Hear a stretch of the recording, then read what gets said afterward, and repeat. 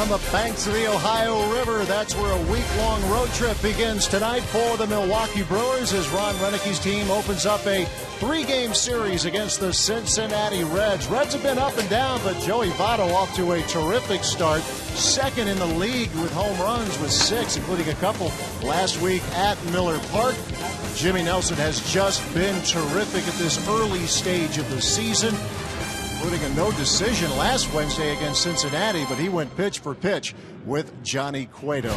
Good evening from Great American Ballpark in Cincinnati. Alongside Bill Schroeder, I'm Matt LePage. Craig Kashawn is our reporter tonight. And speaking of Jimmy Nelson, Rock, the starting staff is starting to come around. But Jimmy Nelson started fast, and he's been keeping it going, starting, though, with that curveball against the Pirates. Yeah, he's been the most consistent starter so far in his first 3 starts with the Brewers. Everybody knew when he came up he had the big fastball and the slider. He's lost the slider for the time being. We'll get to that a little bit later, but this is the pitch that he was working on in spring training. It has been a difference maker for Jimmy Nelson. Outstanding work with the curveball, still very effective with a fastball, that two-seam power sinker, but all of a sudden his last start against the Cincinnati Reds, you just saw the numbers. Ron Renick has been looking for Jimmy Nelson to come up with that slider that he had in the minor leagues when he won 10 games in the beginning of the season last year. Well, he found that against the Reds. It was a big pitch for him. You wonder how many sliders, curveballs he's going to be able to throw. If he can be consistent with both of those pitches, no telling how good this kid can be. And take a look at the way he has started, and it's among the best in the history of this franchise through the first 3 starts of the season. The number of punch-outs and that ERA of 1.35. That's a pretty good company that Jimmy Nelson is in, at least at the beginning of this season. The Brewers getting a dearly needed win yesterday against the St. Louis Cardinals. Now trying to build off of that. Craig Kashawn will have more on how the Brewers plan to build on the momentum from yesterday's win as they start a series in Cincinnati, coming up on Fox Sports Wisconsin.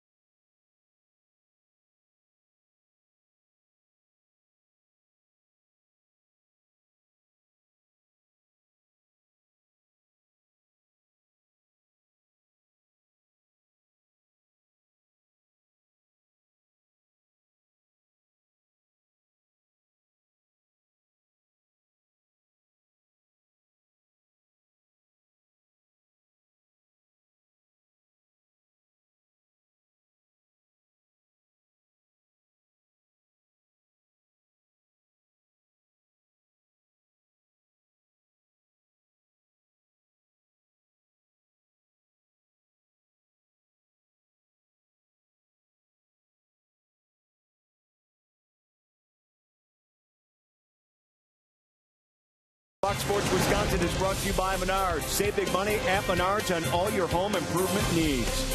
By Toyota. See where Toyota takes you. Test drive one at your Toyota dealer. Toyota, let's go places. And by Miller Lite, the original light Pilsner. Cheers, it's Miller time. Going to be a cool, breezy evening here in Cincinnati for baseball. Brewers road trip begins against the Cincinnati Reds. Hi, everybody. I'm Craig Gishan as we welcome you back to the broadcast here on Fox Sports Wisconsin. Ryan Braun has a .536 career batting average against tonight's Cincinnati starter Jason Marquis, but he is not going to be in the lineup for the second consecutive day. Instead, Ron Roenicke is going with Parra and Schaefer like he did yesterday. Ryan Braun said before the game he was okay with that decision. The team won yesterday, but overall, this is not an easy decision for the manager, but he did say this team is off to such a rough start. He's got to do something to keep this team's winning going.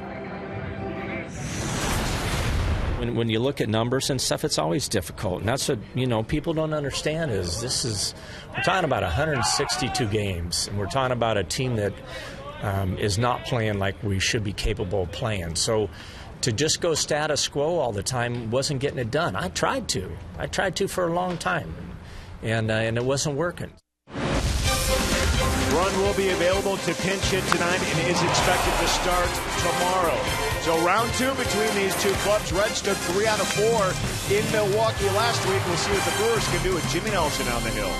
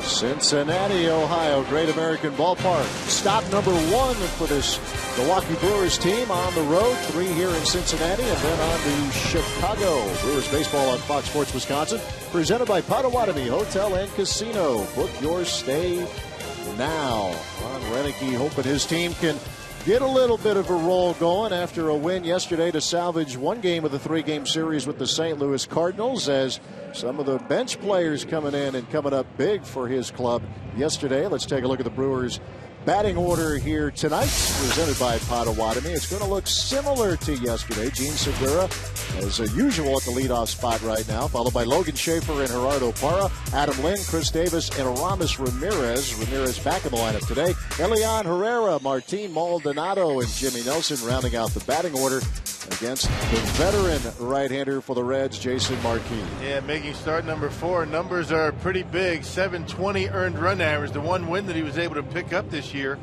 came in the hands of the Brewers. got a win at Miller Park in a 16-10 victory. Marquis with 5 earned runs in 5 innings. He has a career 7-12 record in 22 starts against the Brewers.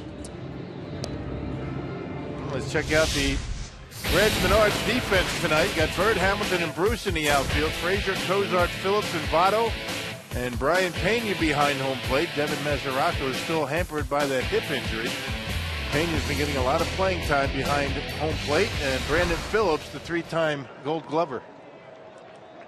As we are ready to go here at Great American Ballpark, Gene Segura, that leadoff spot. A .306 batting average coming into this game. He was hitless yesterday, but he has had a pretty good month of April here for this Brewers team as Marquis delivers a strike, and we are underway in Cincinnati. Rock mentioning Marquis getting the win last week. That was the shootout, the slugfest last Tuesday night at Miller Park. A 16-10 game. A game that featured 3 grand slams, 2 for the Reds, and Elian Herrera went deep with the bases loaded for the Crew.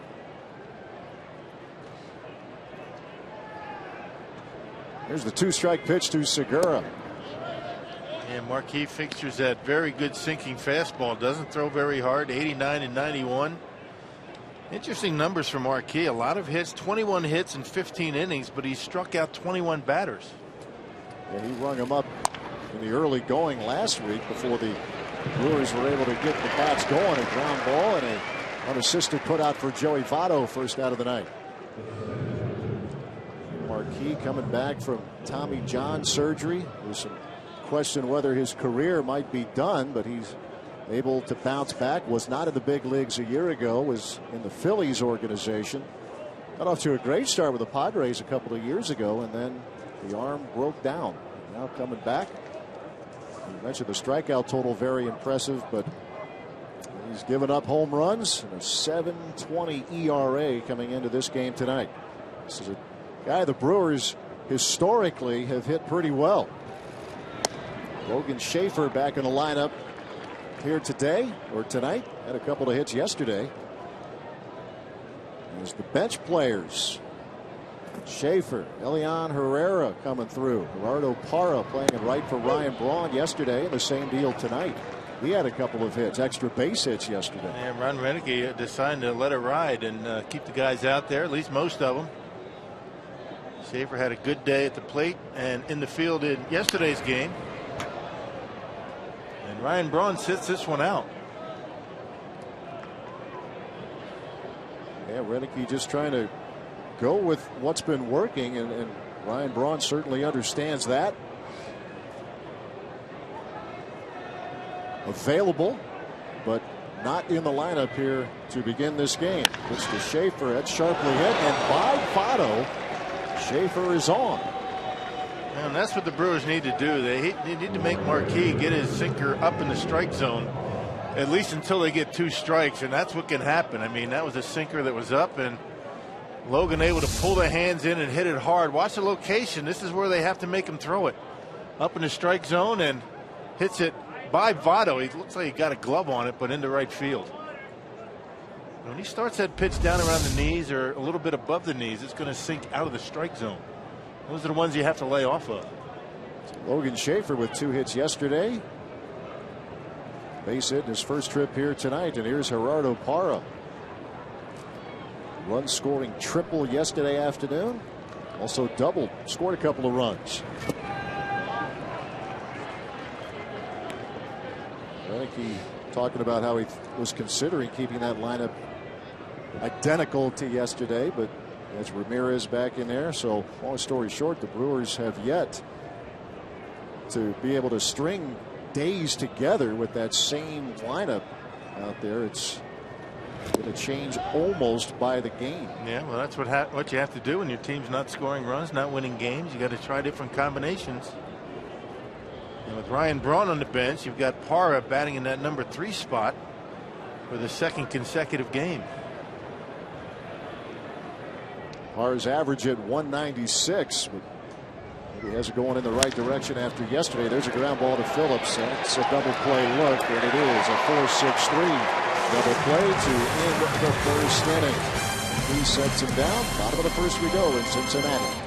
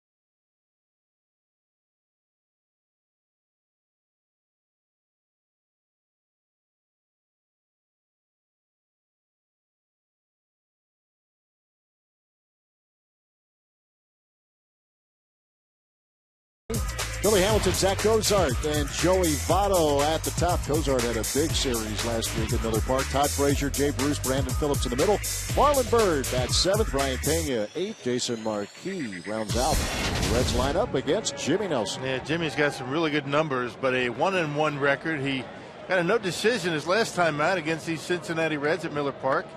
8 innings, 1 run, only 3 hits. He was outstanding in his last start.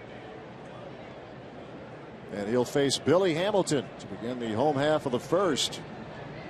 I mentioned last week, Hamilton not known as a power hitter, but he's been one against the Brewers. At least he was a year ago. He homered 6 times in 2014. 4 of those long balls came against Milwaukee. And most of those coming off speed pitches. So because of that, the Brewers have been trying to pound them inside and breaking pitches in the dirt.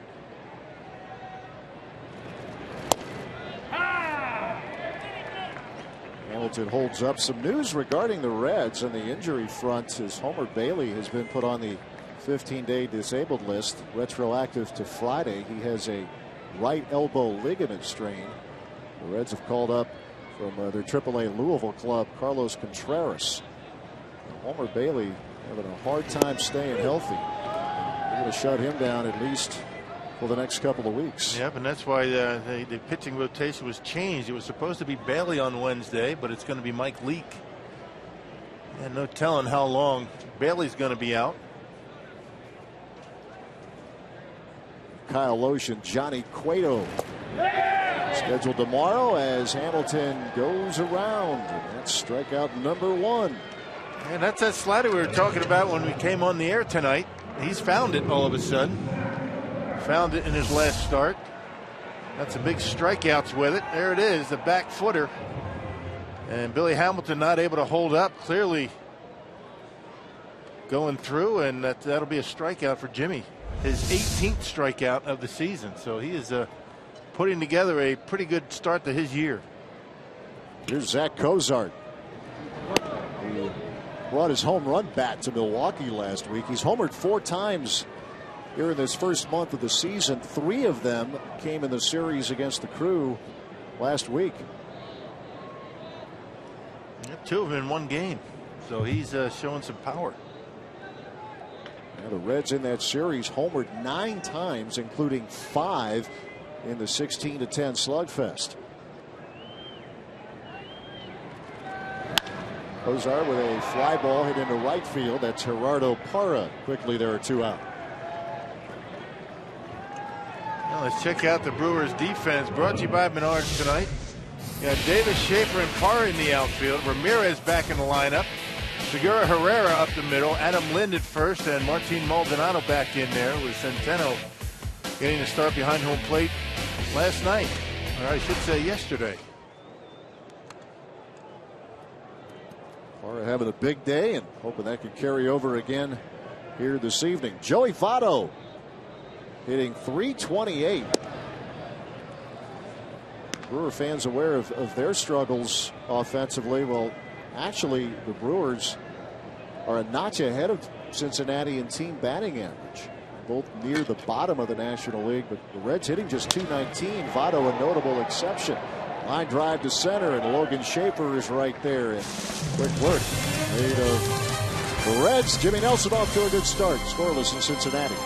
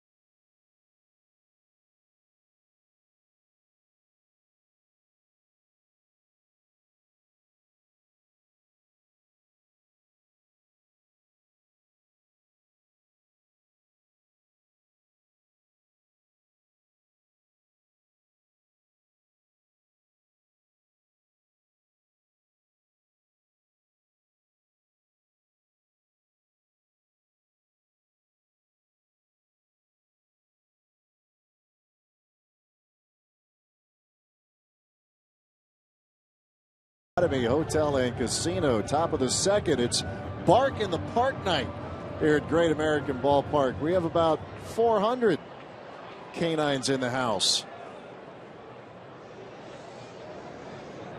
Who doesn't love a dog? Yeah. Wouldn't want to be charged with cleaning up tonight. Yeah, that's a really good point. I think I'd be calling in sick. Yeah. Parading some of them around during batting practice a couple hours ago. Yeah. They do it 4 times every season here in Cincinnati. And they sell out those the allotted tickets, I guess. And does the dog get a ticket? Whatever. They sell it out right now, right? They're in a hurry. I don't think they need a ticket. Probably not. Dog. Probably not. I would hope not. Whatever the limit is, they reach it in a hurry. Yeah, there's no size limit apparently. Adam Lind sharply hit a base hit. Yeah, beats the shift. Well, that's what the Brewers need to do. We mentioned that with Logan Schaefer after his base hit. Got to get that sinker up in the zone until you get 2 strikes. Adam Lind's able to get one up, and there's a shift and hit it so hard out of the reach of Phillips, which is not an easy task. He's pretty good out there. 4-time Gold Glover, Adam Lind. Off a good day yesterday. Had that 2-run homer, all part of a 3-run third. Good start for the Brewers here in the second inning. Chris Davis, the bouncer to Frazier, trying to go around the horn. Phillips won, and that's the second double play in as many innings. Well, that's what Marquis does. I mean, he gets a lot of ground ball outs because of that sinking fastball. A lot of times you get a lot of ground ball outs when he gets it down in the strike zone. And back-to-back innings. Let's take a look at our player to watch, Aramis Ramirez. He has worn out Jason Marquis when he has faced him in his career, including a couple of home runs. Played Daily Fantasy Baseball for free on DraftKings.com, the official daily fantasy partner of Major League Baseball. Enter promo code CREW.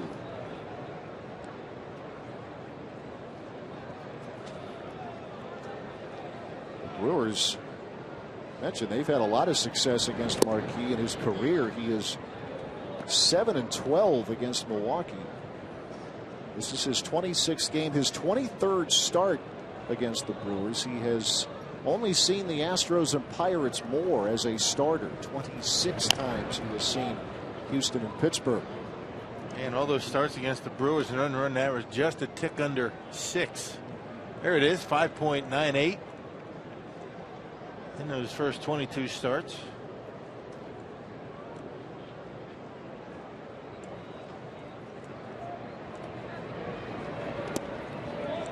Bounces one past Brian Pena. The Reds have been very much the up and down team. Well, the Brewers trying to get some momentum going. The Reds won their first 4 games, and then they've had a couple of losing streaks. They had a 4-game losing streak going into Miller Park last week, and now they have a 3-game streak going into this series. Ramirez strikes out swinging, and we're quickly through an inning and a half at the Great American Ballpark.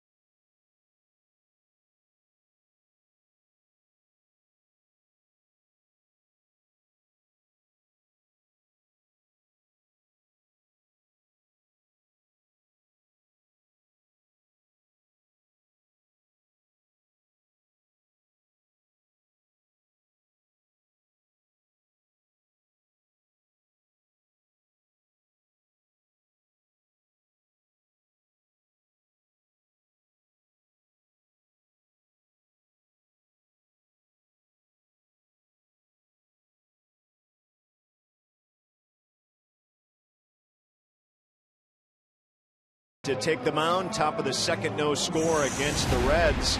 And we take a look now at our lows. Never stop improving, and it's Jimmy Nelson going back to his last 3 starts from last year and his first 3 starts now. What a difference it has made for Jimmy Nelson, especially establishing that curveball over the winter and the spring and what he's done early on with it. Talked to Rick Kranitz, the Brewer pitching coach, before the game as well, and he said, you know, Jimmy's a guy, when he's out there on the mound, he really believes he's the best pitcher in the game. There's no question about that. Never lost confidence, even when he had that shaky finish a year ago. The curveball has been the difference maker, obviously, for him right now. So back out on the mound and trying to get a Brewer win here again tonight. Pitched very well against Cincinnati last time out. The other thing that not too many people are talking about, I think the confidence level for Jimmy Nelson is at its peak right now. I mean, I think he believes that he belongs here in the major leagues, given his first 3 starts, and I think that was very important for him. You know, the beginning of the year, you know, shaking off what happened last year to him in the major leagues, and he has certainly been a lot more relaxed out there in the mound, and the confidence, you can tell, is there. It's talked about a lot. That's part of the book on him, right? That second year, every level, every step of the way. Second year, significantly better. He is someone who has continued to improve. That series last week provided quite the contrast. The 26-run ninth, and then you had a terrific pitcher's duel. Nelson and Johnny Cueto. Todd Frazier, one of those Reds to hit a grand slam last week. In Miller Park, he draws a walk to begin the home half of the second. Man, that's one thing that Jimmy hasn't really had a problem with, throwing strikes. Only 4 walks coming in. 4 walks, 17 strikeouts before tonight's game. And the amazing statistic for me, Matt, 20 innings, he's only allowed 10 hits. That's impressive. That is impressive. I mean, if you can give up as many hits as innings pitched, that's considered to be very good. But he is half. And this for a staff that until recently, especially at starting rotation, had struggled mightily. But Nelson has been good, starting with that shutout innings that he worked against the Pirates. 7 strong innings back on April 11th. Gave up just the 2 hits and fanned 9 on that night. The starting rotation, though, for the Brewers has improved considerably over the last 5 games. 2.61. Mike Fiers only went 4+. He worked out of trouble time and again, especially early, and then after giving up a home run to begin the 5th, Ron Roenicke started going to the bullpen. Fiers wasn't at his best, but he was able to work out of trouble and turn back a Cardinals team that stranded 14 yesterday. Oh, man. And that's what we're talking about. I mean, not just Fiers, but everybody that came in had men on base, were able to shut the door for the most part. Fiers left the game with a 3-2 lead. Pitch count got him. 89 pitches. Take a look at Mike Fiers. Michael Blazek, by the way, earning the win, his first. Good moment for him. Rodriguez closing it down in the 9th inning. The Reds, a team trying to get back on track offensively. Their last couple of games against the Cubs, they were 0 for 20 with runners in scoring position. Bruce with a fly ball hit back into right field. Gerardo Parra drifting back at the wall. He can only watch. 2-0 Cincinnati. Jay Bruce, a 2-run shot.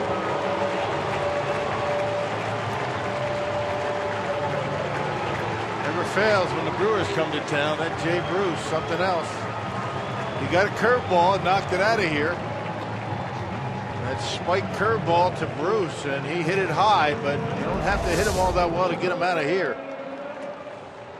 Didn't do a whole lot of breaking, and Jay Bruce knew he got it. Yep, they know. These home run hitters, they know when they hit him out. I mean, that's someone who has not been able to buy a hit. Last few games was striking out, which he will strike out a lot. But he has struck out with great regularity. Struck out, I should say, with great regularity. He's 0 for his last 14. 9 Ks in that stretch. There are just certain teams that players love to see. Something about the Brewers that this guy always seems to hit. Come up with big hits. Home runs. Yep. Brandon Phillips down 2 strikes. Yeah, but the fact was Jimmy didn't make a very good pitch. I mean, he threw the curveball, didn't break, just kind of spun up there on the outer half of the plate, and Jay Bruce knocked it out. Phillips with a fly ball, shallow right field. Parra will actually give away to Logan Schaefer. Right center, out number 1.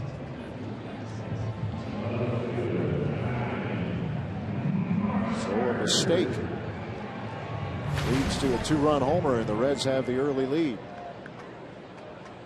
Cincinnati coming in 8-10. They've split their 8 home games. So they had the Cubs here over the weekend. They were rained out on Saturday. Lost in extra innings Friday night. Fell yesterday. It took 3 out of 4 against the Brewers back in Miller Park. Brewers took the last game of that series. Homer Bailey actually was on the mound. Look at Brian Price, who will be without Homer Bailey, if you're just checking in, on the disabled list. An elbow issue.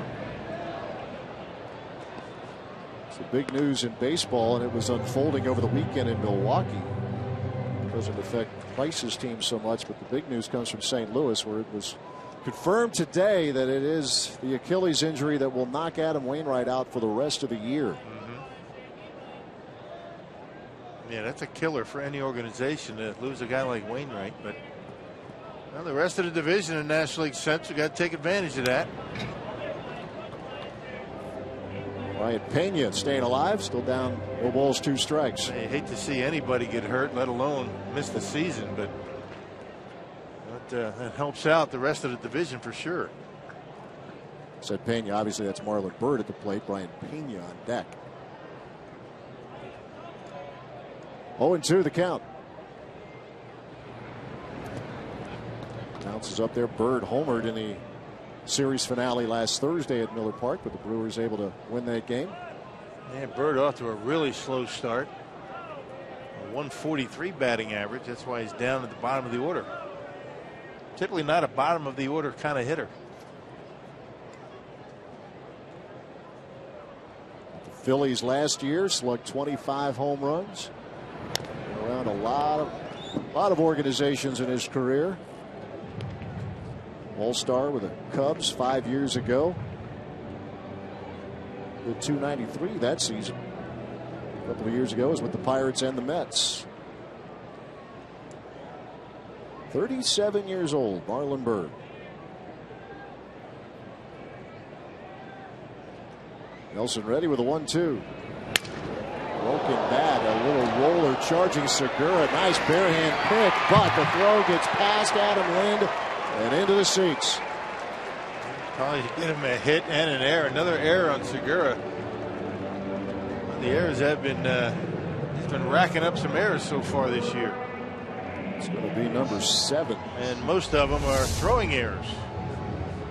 Talking about eating up a hitter, Jimmy Nelson with that fastball gets in on him, and Segura not able to make a good throw. Lind not able to handle it, ends up in the seats. So Bird's going to be at second base.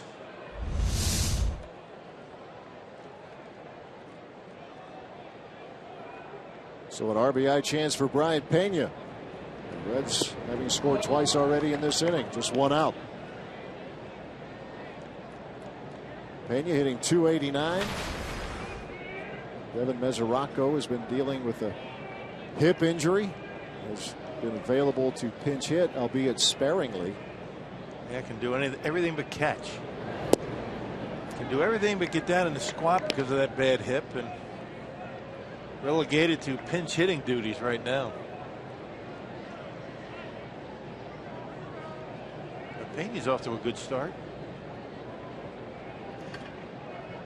33-year-old. They're going to go ahead and put him on. The pitcher Jason Marquis on deck. So a 2-run homer for Jay Bruce. Field single and an error. Now the pass issued to Brian Pena, and the Reds 2 on for Marquis, who back in the day, as the line goes, they hit pretty well for a pitcher 10 years ago. He hit better than 300. Yeah, he's probably going to be up there to bunt right here. Yes. But once they fell behind 2-0 on Pena, Ron Renicky elected just to put him on.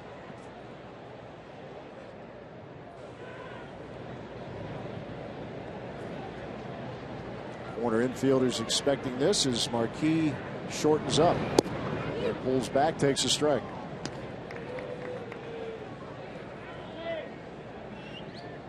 It's been a while since he's laid one down successfully. Nearly 2 years to the day.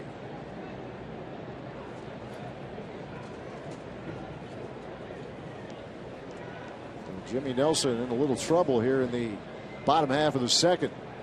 Reds with 2 in and 2 on.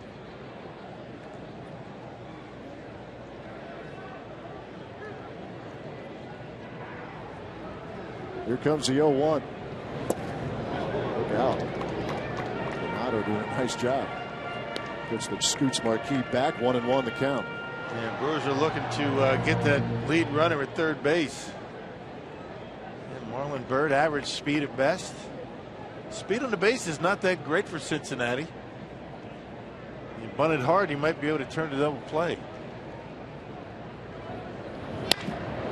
It's a rip and fouls it off. Sure do that, right? Yep.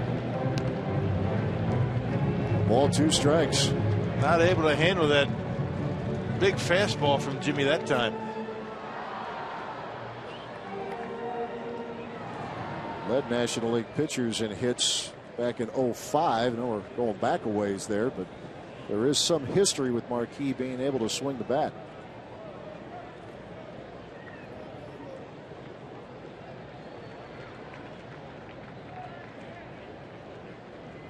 One and two the count. Bouncing ball, Ramirez off his glove. It dribbles into left field, and here comes Bird. It's 3-0 Cincinnati.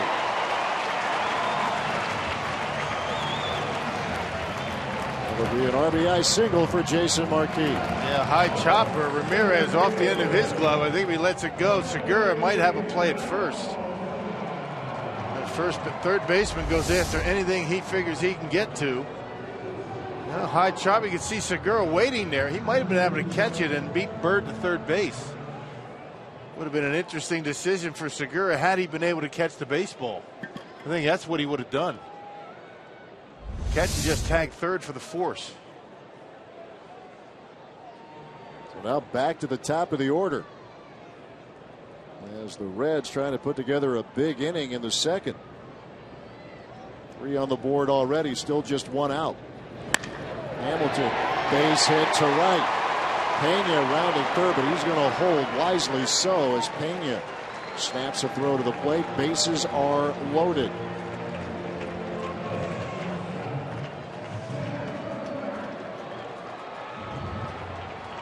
Jay Bruce 2-run homer.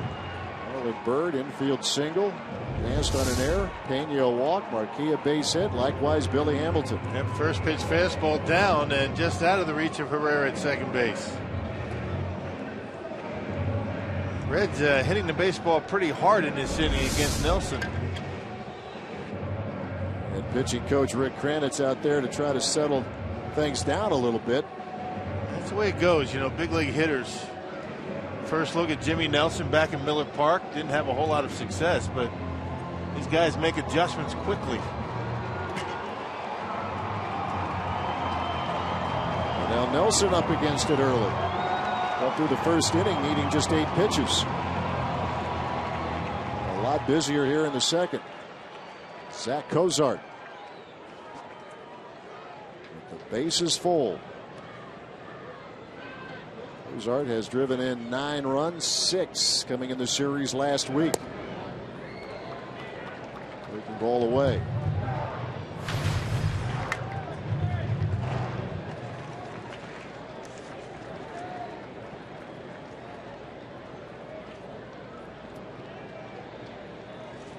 Reds already with 4 hits here in this inning. Nelson falls behind, 2 balls, no strikes. Yeah, 3 runs already tonight, and in his first 3 starts, a combined 3 earned runs allowed for Jimmy Nelson. Well, part of the learning process, figure out a way to get yourself out of this mess, minimize the damage, get a ground ball here. Let's see if your defense can help you turn a double play. Fastball misses. As for the first time in this young season, Jimmy Nelson struggling. 7 innings of shutout ball against the Pirates in Milwaukee. Went 5, gave up just 2 earned runs at PNC, and then 8 innings allowing just 1 run against the Reds last week. And you just don't want to throw a fastball down the middle of this guy. We've seen what he can do. Got to make a good pitch. Cozart's had a couple of years with double-digit homers for the Reds. And Nelson has just walked in a run.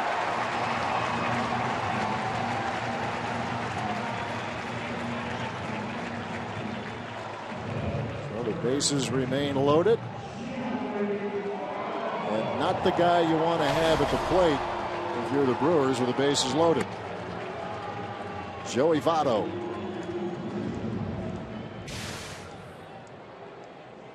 The Reds with 4 runs across and still just 1 out.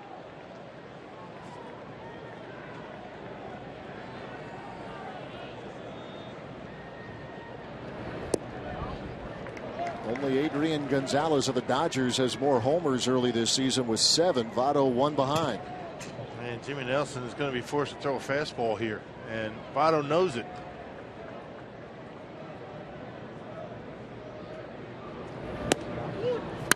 And that's in there, and the count evens 1-1. Votto, the 9th red to hit here in the second inning. Only Brandon Phillips has been retired so far on a fly ball. Swing and a miss. Blows one by him at 94. Yeah, his best fastball, at least velocity wise. They got to come up with a good pitch here. This is where that big curveball, maybe that good slider down and in.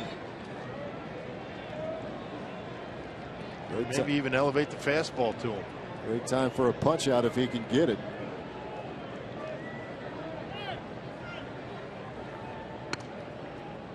Votto showing that power at this early stage of the year.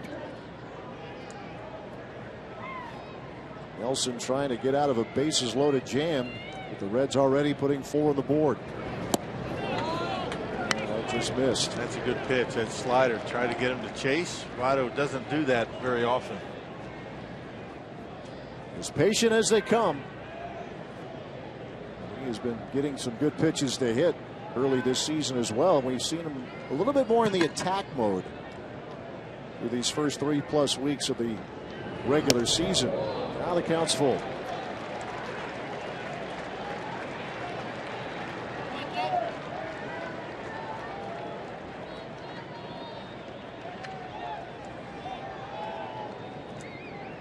Nelson doing what he can to prevent this from getting out of hand early.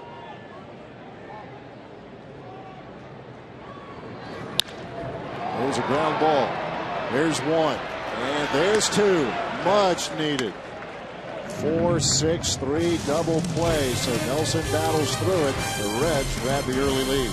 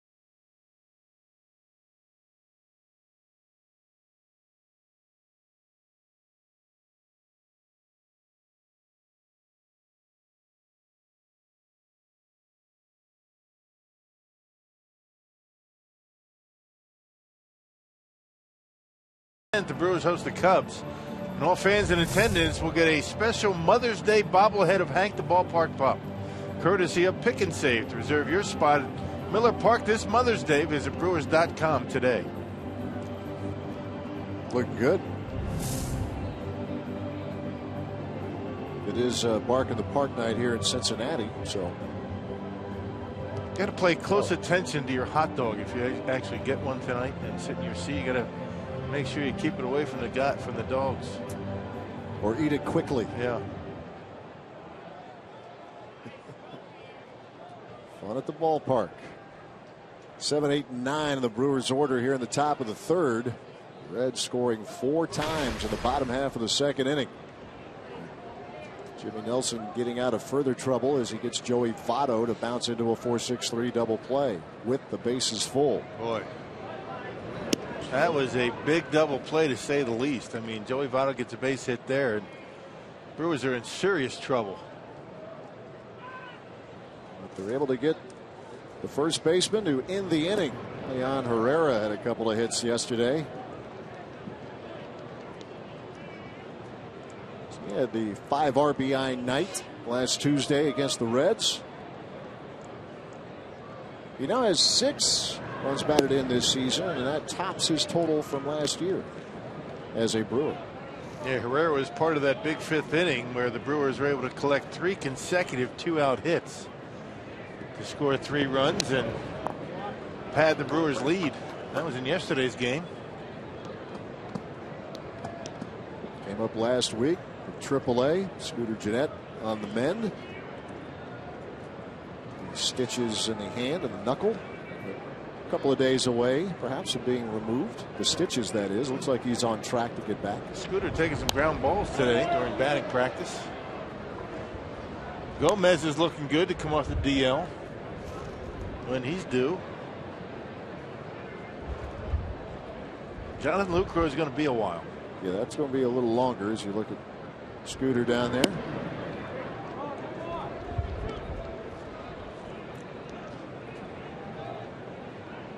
This is a team that slowly getting back to health. Good to see at least 2 of those guys get off the disabled list as soon as possible. But Lucroy, with the foul tip that he took, broke his toe last week. Looking at, even though it's the 15-day DL, you're looking at a month or a little longer. He's walking around in a boot right now with the team here in Cincinnati. Herrera with a fly ball hit back into left field. Back goes Marlon Burr. He'll have room. That's out number 1. Herrera retired to begin the 3rd. Just got to get the ball in the air in this ballpark. Wind blowing a little bit, kind of swirling a little bit, but blowing out toward right center. You don't have to get all of one to hit it out of this ballpark, as long as you keep it away from the middle part of the field. Great American Ballpark, the site of the All-Star game this July. Talking to someone this morning, we mentioned this park being a launching pad. Home run derby would stand to be entertaining here. Yeah, you think? You're going to see some balls just launched. Martin Maldonado, the hitter, and a 1-1 count on him.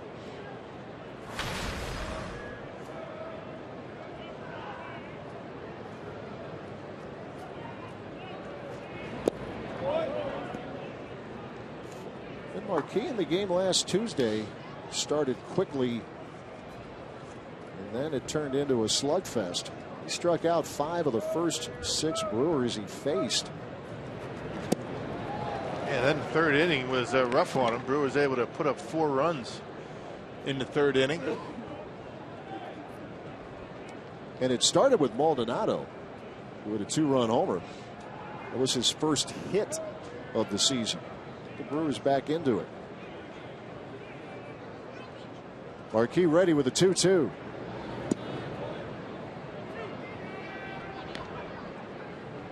Marquis doesn't know how to throw anything straight. Everything has a dip to it, a cut, or a sink. Wants to make you chase out of the strike zone. You got to be patient with this guy. He's not going to blow you away, but still be tough to hit. There you go. Maldonado takes a walk. Hey, fans, vote for your MVP and help us decide which Fox Sports Supports partner will be crowned the winner. The charity with the most votes at the end of the Brewers season will score big with a donation from Hupie and Abraham SC. Choose from American Heart Association of Wisconsin, Boys and Girls Clubs of Greater Milwaukee, or Fisher House, Wisconsin. To vote, visit foxsportswisconsin.com/supports.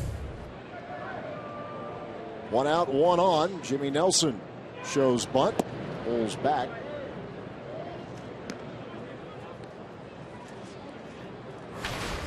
Yeah, Ron Renegade trying to stay out of the double play, fearing that if Nelson swings away, might hit a ground ball. Brewers already rolled into 2 double plays today. And Gerardo Parra to end the first. Chris Davis in the 2nd inning. There's a bunt that Votto will field, and Brandon Phillips will cover. So Maldonado moves to second. 2 outs here in the third. 3-4 on the sac bunt. Maldonado at second. It's back to the top of the order for Gene Segura.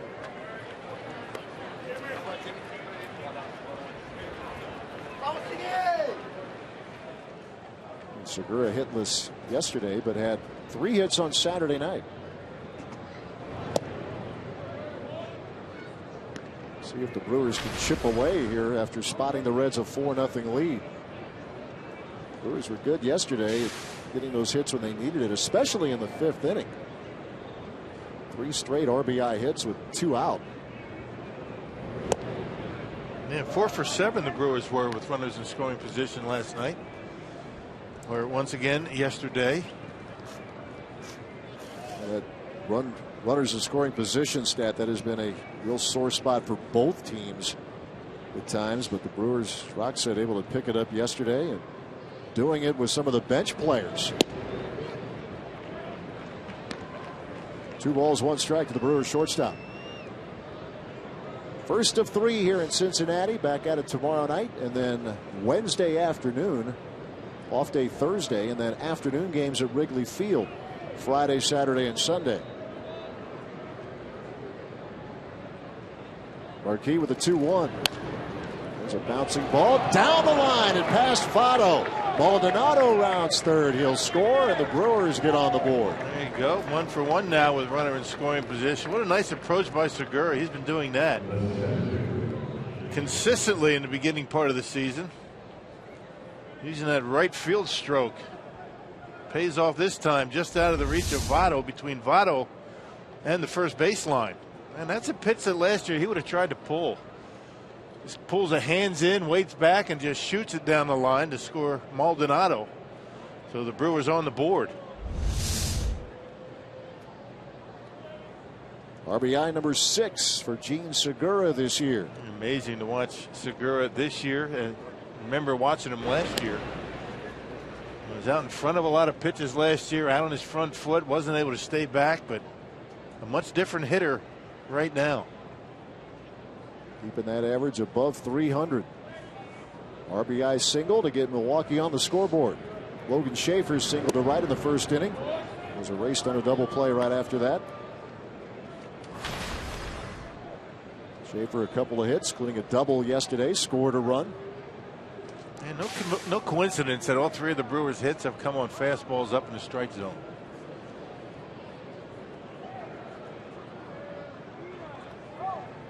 A 1-0. Schaefer in the air. Center field. Routine for Billy Hamilton. And that'll do it for the Brewers here in inning number 3. But to get on the board, RBI knock for Gene Segura. 4-1 Cincinnati.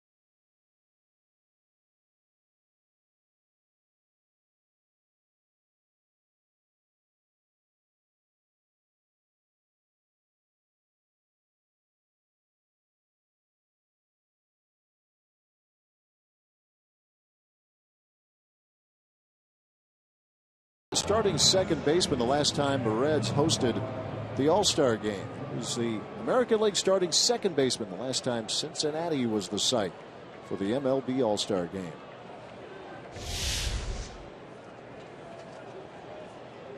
We'll just let it hang there, and maybe thinking of giving you the year, but just what you think about that. For a couple innings or so, Todd Frazier leading off. You have any guesses? Here we go, pop them up. Here we go. Yeah, one or two. Two in mind.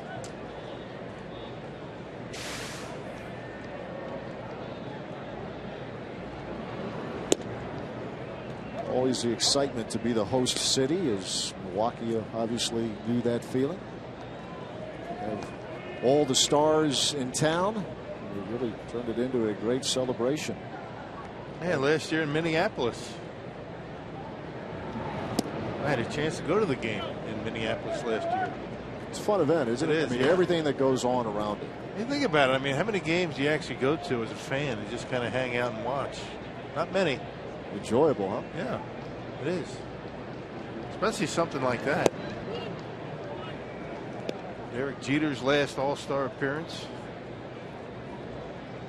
That was a fun moment when he tapped Jonathan Lucroy behind the plate. So congratulations. Respect that everybody has always had for Derek Jeter. Class act. Kept his nose clean off the field, and a good ambassador to the game. I mean, back-to-back years the Yankees lost an icon, right? Mariano Rivera, then Derek Jeter. It was fun at Miller Park last May when the Yankees came in and Brewers had a chance to honor Jeter. It's Frazier walks to lead off the third, and that's exactly how the second inning started. Yeah, 4 walks already issued by Jimmy Nelson, and he came into the game having issued 4 walks. Just a little bit off tonight. 25-year-old Jimmy Nelson.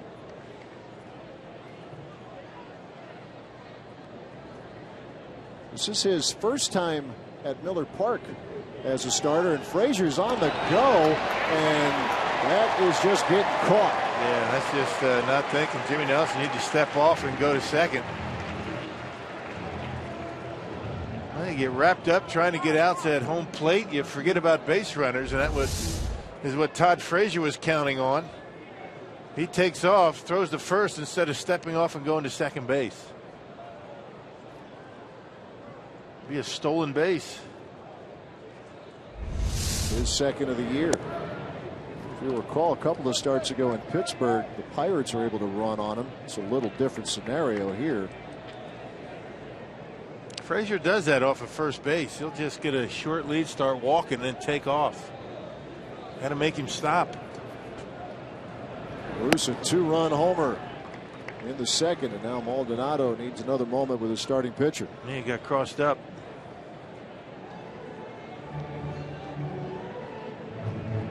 Juan Centeno started behind the plate yesterday, and Ron Renicky talking before the game about he was tempted to keep the lineup the same tonight, but one of the reasons he didn't was he wanted Maldonado working with Nelson. And he also wanted to get Ramirez back in the lineup. Two guys back in the starting lineup. May see more of a standard lineup, as standard as it can get, with still some players on the DL. But by standard, that would likely mean Ryan Braun back in there tomorrow. 3-0 to Jay Bruce.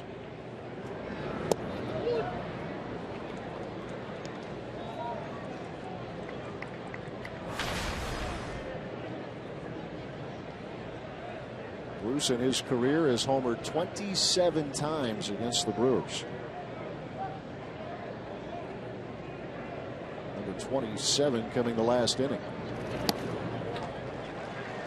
Back-to-back walks here to start the third. You're right, Rocky's just a little off. Yeah, just something about the mechanics. I'm not sure. I'm not one of those guys who can pick out what he's doing, but just very inconsistent in the strike zone. And that's typically not an issue for Nelson. Always been a very good strike thrower. Even last year when he had his struggles, throwing strikes wasn't a problem for him. Rob Wooten getting up in that Brewers bullpen. So here we are in the 3rd inning. And Nelson in trouble again. Brandon Phillips at the plate. Breaking ball in for strike 1. Phillips a fly ball in the 2nd inning. Reds scored 4 times. Had the bases loaded looking for a monster inning, but Nelson was able to get Votto to bounce into a double play.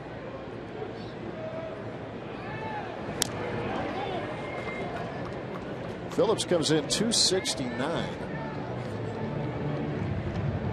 So he's looking for a bounce back here. He's a 3-time All-Star. Now in his 10th year with the Reds. Injury limited him to 121 games. Power numbers obviously way down.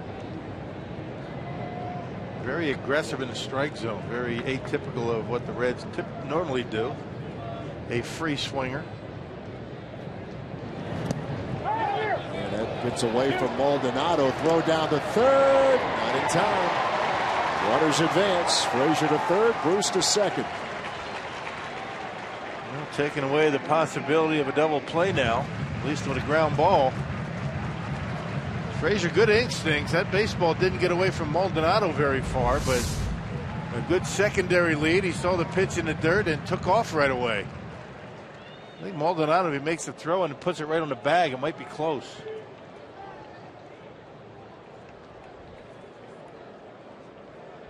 A wild pitch as the Reds with runners in scoring position. The 1-2 to Phillips.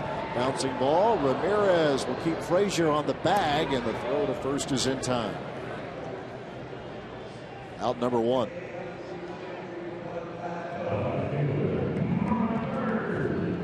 And the benefit of that power sinker getting the ground ball. This time Ramirez able to handle it. Last time he got one of those right off his glove. Marlon Byrd. Single was the guy who hit the ground ball that went off of the glove of Ramirez.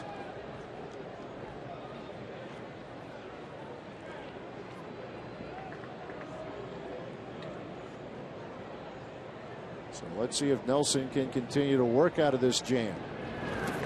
The answer is no, as that goes to the backstop, and that leads to another run. Frazier is in. A couple of wild pitches here in the 3rd, and the Reds have their 4-run lead back.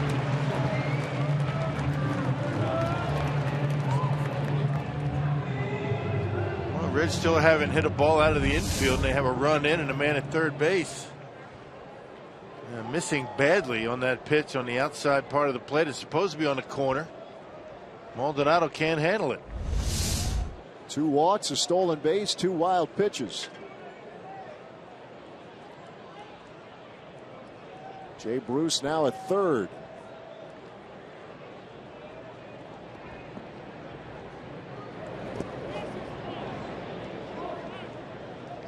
Maldonado has to block that. With Bird chased 1-1. Been a busy man behind home plate. Yes, he has. Rough start here for the Crew tonight. Nelson put him down in order in the 1st inning, needing just 8 pitches. But it's been choppy waters since. Here comes the 1-1. To right field. Parra diving, cannot get it. Bruce will score. Bird an RBI single. The Reds extend the lead. They continue to spike pitches in the dirt, fastballs, curveballs. I guess the natural tendency is to try and leave one a little bit higher, and that's what he did. He hung it to Bird, who hit it hard into right field. You see the location of it right down the middle. Bird takes it to right. And a good job of backing up by Schaefer to keep Bird at first base, but another run in. Boy, Parra just missed that one. So it's now 6-1 Cincinnati. Ryan Pena, the hitter. He walked in the 2nd. Walked and scored. Ended up intentionally walking in.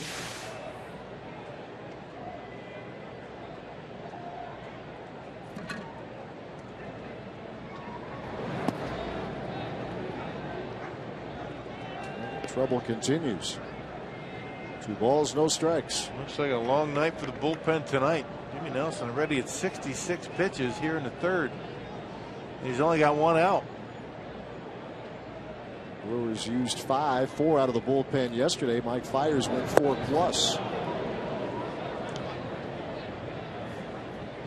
2 balls, 1 strike.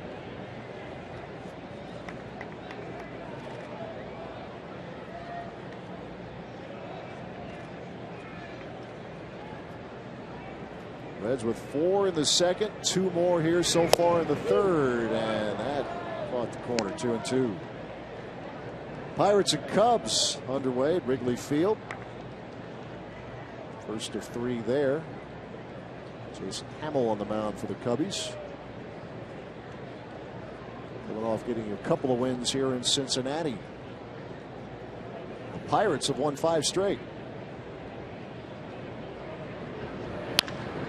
Bouncing ball, just foul.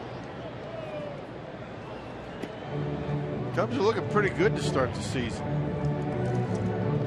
Addison Russell had a big hit here yesterday. 3-run knock, now making his Cubs home debut. Cubs 10-7. Cardinals lead the division at 12-5, with the Pirates at 11-8. Reds a team that has had some mini streaks, both good and bad. Right now on a 3-game losing streak going into this one here tonight, but as you can see, off to a very good start for them. And unfortunately, to this point, the Brewers, the hope was they could build off of what happened yesterday. It was still early, long way to go here. Obviously a very, very tough start. Here comes the 3-2. Runner on the move, and that is a base hit to right. Bird rounding 2nd. Reds have him at the corners. And another breaking ball by Jimmy Nelson that stayed up in the zone. 3-2 curveball. Look where it ends up. Right down the middle, about belt high, and Brian Pena beats the shift, almost hits the second base umpire, Tim Timmons. And with Bird on the move, he's into 3rd base. And that's going to end the night for Jimmy Nelson. He's off to a terrific start this season, but it has been the polar opposite here tonight as he exits with just 1 out here in the 3rd inning. 6-1 Cincinnati as we continue from Great American Ballpark.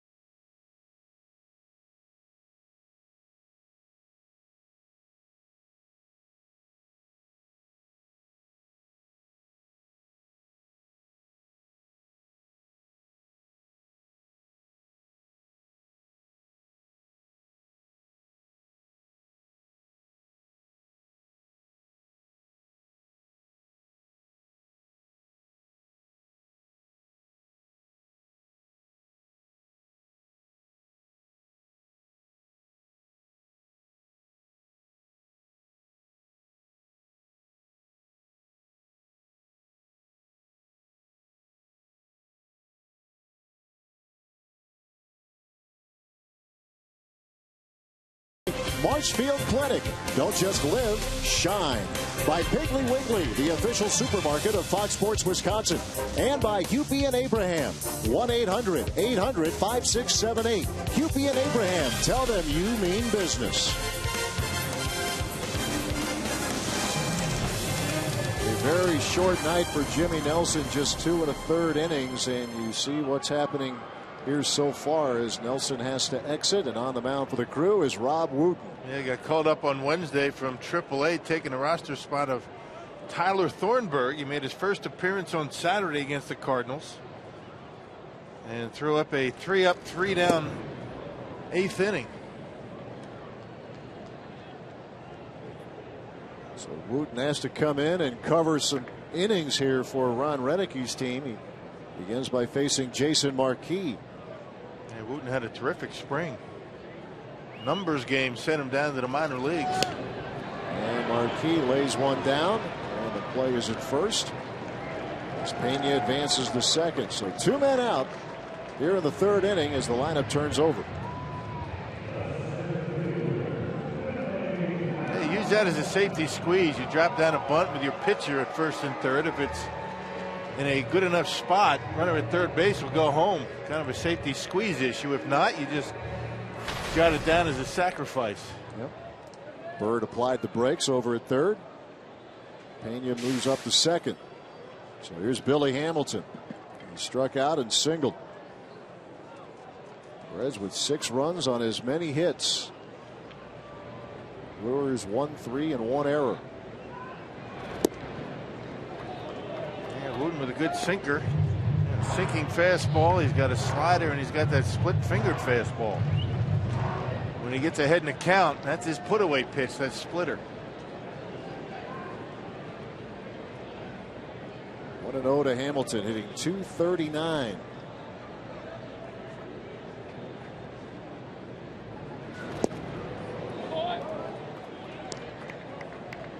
Hamilton was finally caught stealing last Thursday. He is 13 for 14 on the bases, and it was Maldonado who cut him down. Reds as a team began the year 17 for 17. Best start since the Twins 8 years ago were successful on their first 19 stolen base attempts. Yeah, just sheer speed for Billy Hamilton. He's still learning National League pitchers and getting jumps. He just outruns the throws down to second base. And another one that gets through Maldonado. Here comes Bird and make it 7-1 Cincinnati. And 3rd wild pitch of the inning. Yeah, that one Maldy should have had that time. That one went right through the wickets. And nobody knows that more than Martin Maldonado, who's normally very good in those plays, keeping it in front. A little late getting the glove down and right through the legs. And yeah, it looks like they are going to rule that a pass ball. No, it shouldn't be a pass ball. It was in the dirt. Yeah. But he should have had it. Yeah, no, I hear what you're saying, but at least at the moment, that's what they've called it. I'm thinking that would get corrected. Yeah, ball in the dirt can't be a pass ball. Yep.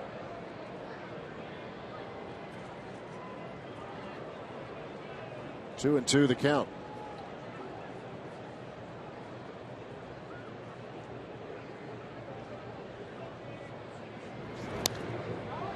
Hamilton stays in there. Reds with 3 more on the board in the 3rd inning.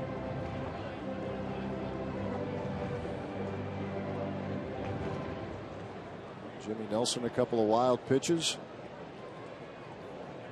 And then Wooten has one that gets past Maldonado. Ryan Pena the runner at third. A 2-2 count to the Red center fielder. Bouncing ball. Adam Lind. Wooten covers in time. Got to bust it because you know Hamilton's flying up the line, but the inning's finally over as the Reds extend the lead. It's now 7-1 Cincinnati.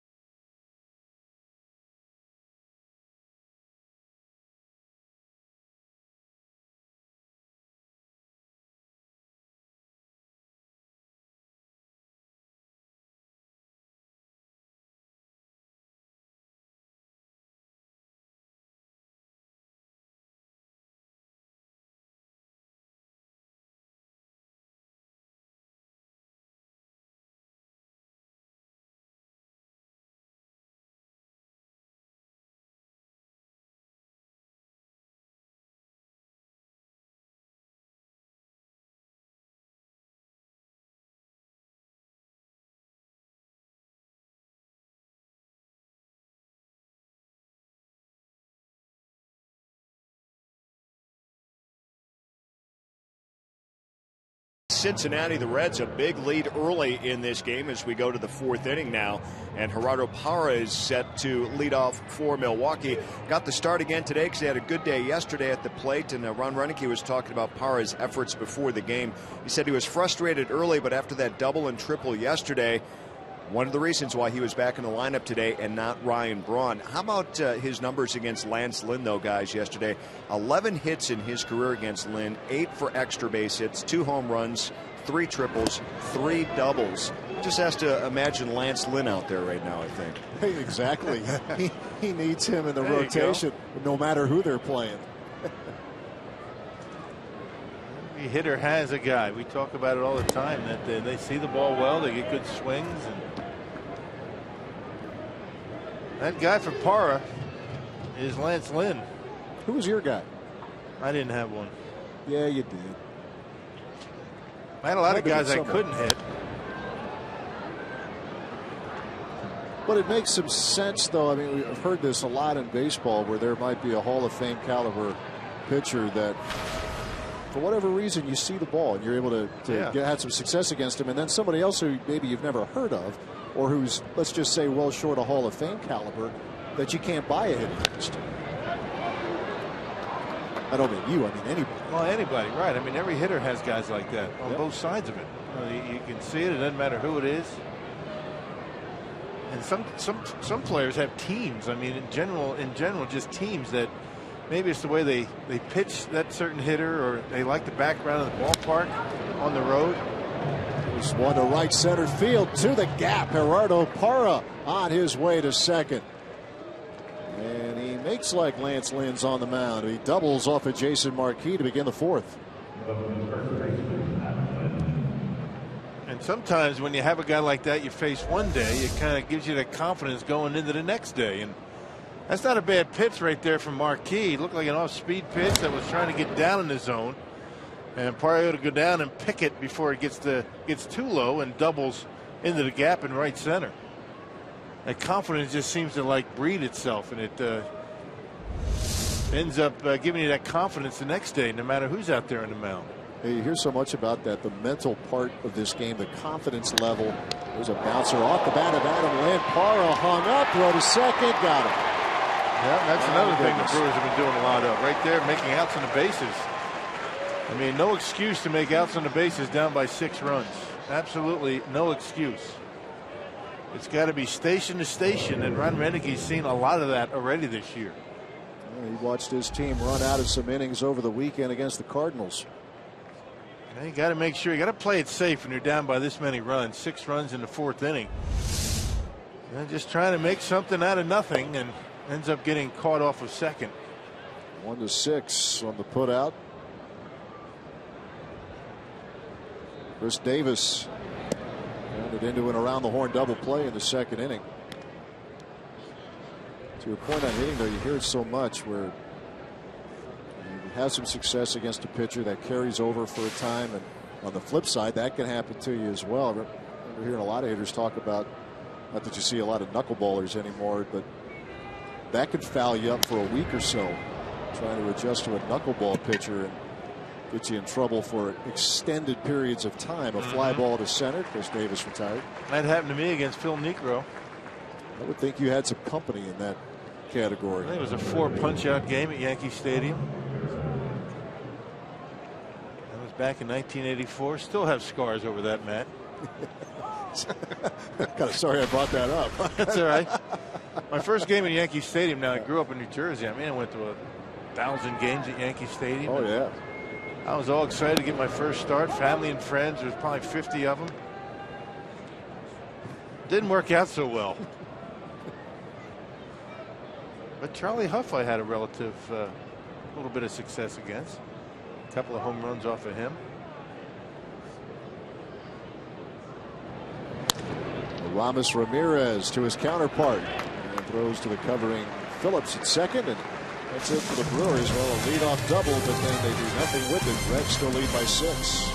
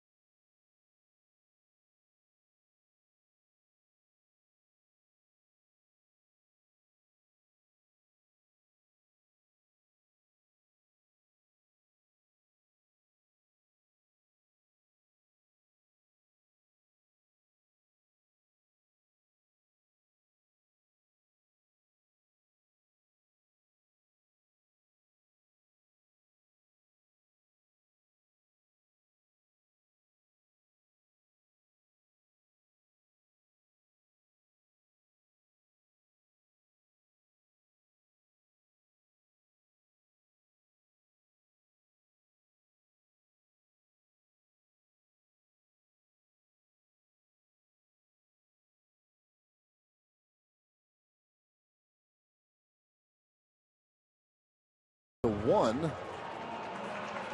4 runs in the second, 3 more in the third. Earlier, we had our Carsoup.com trivia question. It was the American League starting second baseman the last time Cincinnati was the host city for the Major League All-Star game. Paul Molitor, the igniter. That would have been my guess. That would have been There had to be some connection to the Brew Crew, right? Or the Reds. kind of a layup there, to use a basketball term. One of the best pure hitters, though. You don't want to use the era. basketball reference here in Cincinnati, you know, in Kentucky on the other side of the river. Yeah, I'm trying not to gloat too much about that. Just a little. Got a bunch of Kentucky Wildcat fans up in the booth, so be careful. Yeah, I'm gloating softly. You know, they won last year. Getting this your team ruined history line and all of this. Yeah. It's okay. You've handled it well. I try to lay low.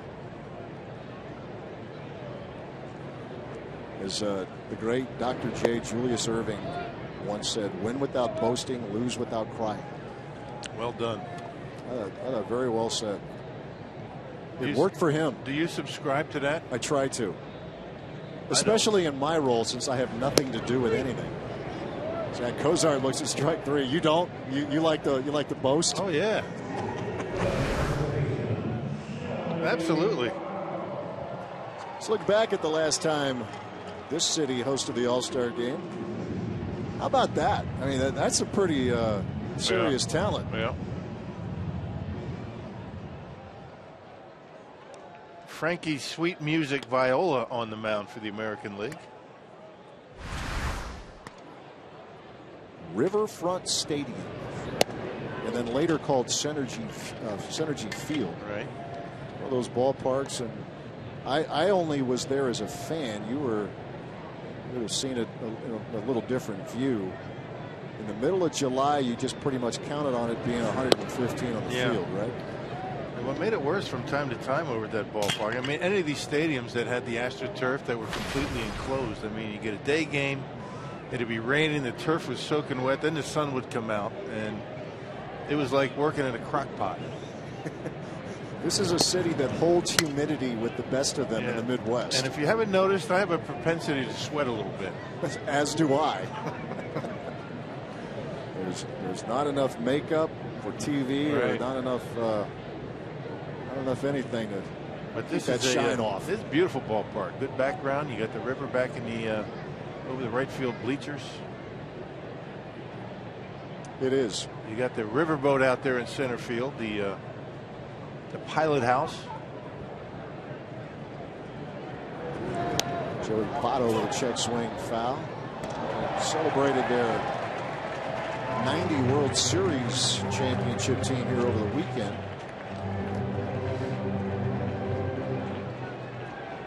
In one of the first years at this ballpark, I was witness to Joey Votto hitting one on top of that pilot house out there. Now that in is a center drive. field. That's about 480 out there. Oof. Don't need to see that from him. The 2-2 from Rob Wooten struck him out swinging. Wooten with a couple of strikeouts here in the fourth. Yeah, Joey Votto chasing out of the strike zone, something you don't see from him very much. So Wooten has come in and brought some semblance of order to the game for Milwaukee. Jimmy Nelson going just 2 1/3, giving up the 6 hits, 7 runs, of which 6 were earned. Walked 5. A couple of wild pitches.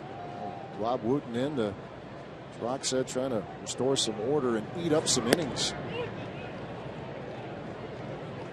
Strike to Frazier, who has walked twice and has scored twice.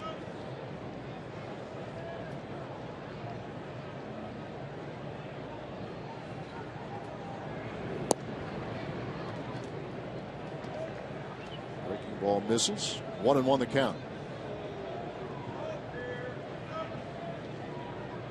Frazier with 5 homers. This is popped straight back.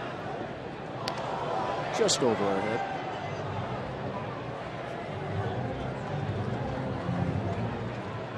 I was ready. Whatever you do, don't try and catch one. I was going to duck. See, if you try to avoid. I'm not going to get on you because I know it hurts to catch a foul ball barehanded. It's my instincts as a very average corner infielder in high school. Frazier with a line drive just fouled. Especially those ones that you can hear coming at you. A little hiss of the seams. Yeah, you're better off just diving, right? Because if you make a half-hearted effort, you're going to look bad. Yeah, let it go. Take out a camera. It's worth it. There we are. Up here.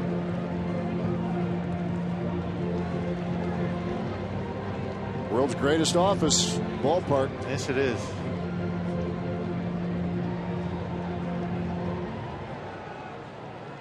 Ball 2 strikes to Frazier. Brewers with the shift on.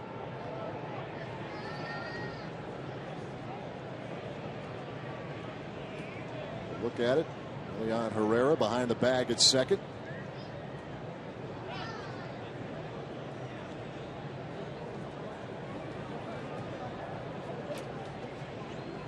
This game started innocently enough. Jimmy Nelson make quick work in the first inning. Things unraveled in innings 2 and 3, and on a 1-2 pitch, Frazier gets hit. Yeah, breaking pitch. He got away from Wooten and nowhere for Frazier to go. Hits him right in the back.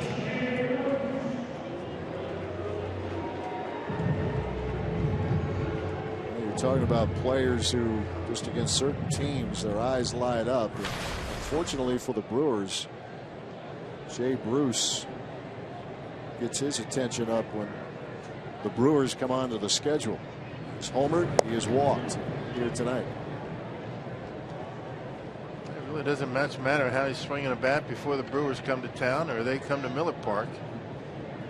He starts getting hits and driving in runs. 27 homers. And he has driven in 69 in his career against the Brewers. He's played triple-digit games. This is 103, but some pretty good numbers nonetheless.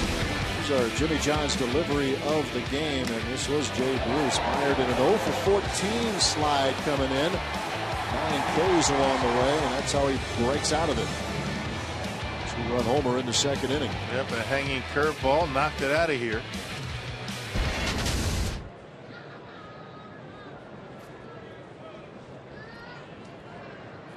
Rob Wooten ready with a 1-1 to Bruce. Just foul at first. Wooten got Cozart looking and Votto swinging and then hit Todd Frazier. So that's where we are here in the fourth.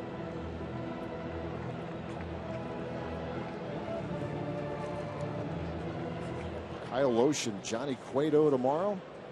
Matt Garza and Mike Leake on Wednesday afternoon.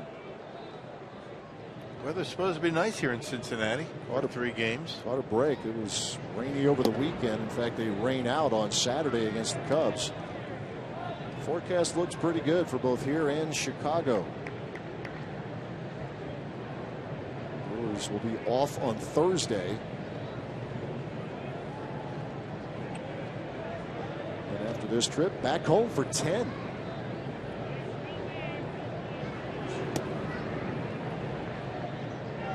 Making Wooten work a little bit. Count is full. 10-game homestand. We'll have 4 with the Dodgers, and then we'll see both the North Siders and the South Siders. Cubs come in, followed by the White Sox.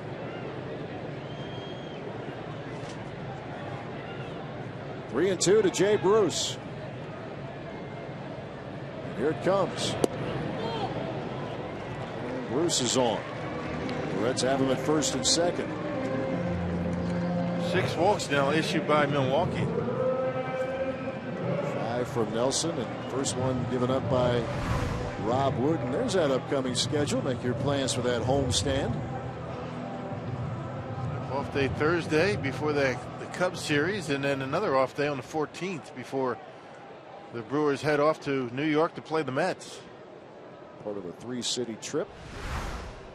The Dodgers leading the National League West. An 11-7 record. There's Brandon Phillips.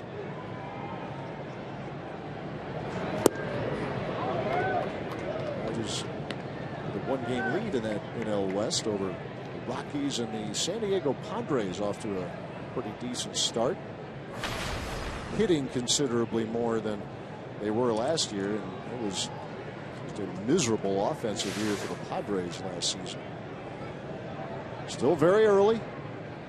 Here's the 0-1 coming to Phillips. That's it in the air to center field. Back goes Logan Schaefer at the wall, reaching up, and he pulls it down. Oh, a big time catch by Logan Schaefer up against the wall. Nicely done, Logan Schaefer getting another starting assignment in center, and plays like that would be among the reasons why. Schaefer takes away extra bases.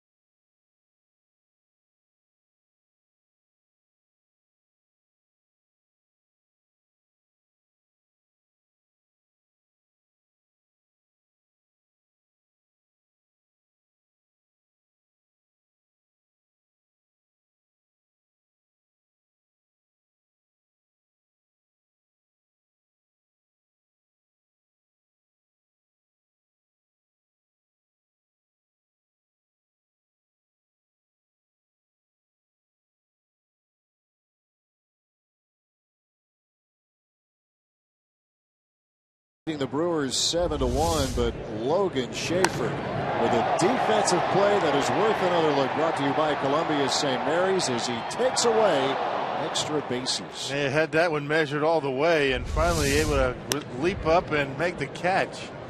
Wouldn't have been a home run, but it certainly scored a couple of runs, that's for sure. Elian Herrera, first pitch swinging with a fly ball to center. Nice. Number 1. Brewers has some pretty good defensive outfielders. Yeah, 2 of them in the game. Gerardo Parra, Logan Schaefer. Gomez can go get him when he's out there.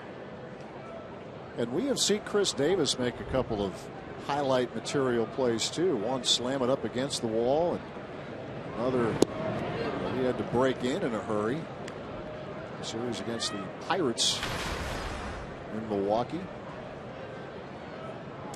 Well, you're right, Schaefer. That guy could cover a lot of ground, and Chris Davis has covered a little ground out in the left. Yeah. Brony covers ground in right.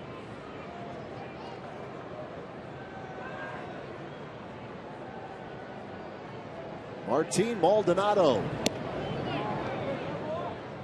Count of 1-2 on the Brewers catcher. He walked and scored. Came around on a Gene Segura RBI single in the 3rd inning.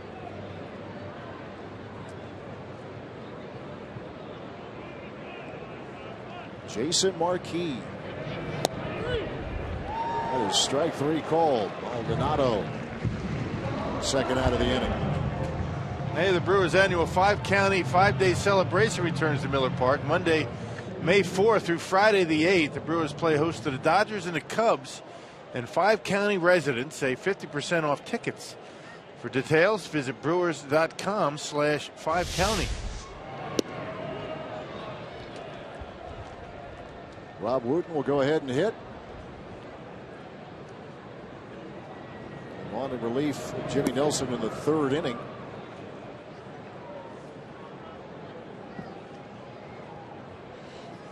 So an opportunity here for Wooten. 1-1 the count.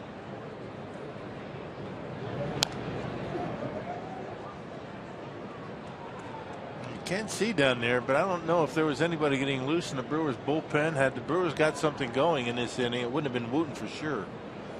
All quiet right now. Here's your answer. They need Wooten to eat up some innings here tonight. But maybe to start the inning, had Herrera and Maldonado reached, would have been interesting to see what Ron Renneke would have done. Down by 6. Look, 2 outs. The bases are empty. Wooten staying in there. You have to remind yourself here that Marquis is someone that the Brewers have. Now, before last week, they hadn't seen him for a couple of years. Back to the injury as he is now. But they've been able to hit him pretty hard. There's a slow roller to Brandon Phillips. And it's a 1-2-3 inning here for the Brewers. And Marquis looking good tonight. Brewers still down 7-1.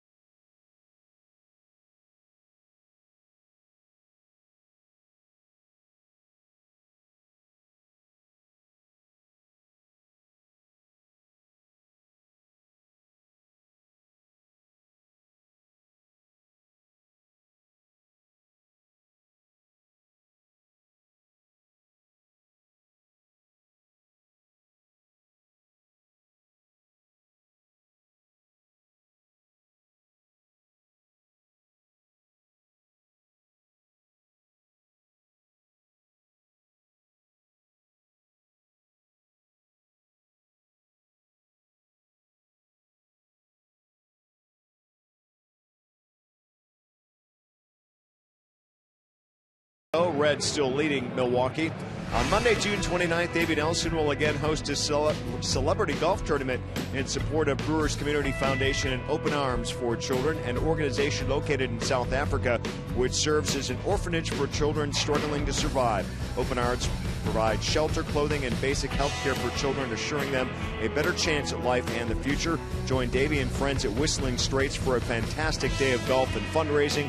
Register at brewers.com/Davey. And Rock, speaking of Davey, he was out yesterday attending to family matters, and a wonderful job on the pre and post game show, by the way. Kind of a, what do we call that, a 10th anniversary edition? Yeah, we did those things a long time ago. You know, first in aluminum chairs in front of the dugout, and then out at the point. You're a little bit under the weather. You're playing hurt today, Craig. Trying to hold on, my friend. Yeah, thanks. He's a tough guy. Yeah. He's fighting through it. Playing hurt.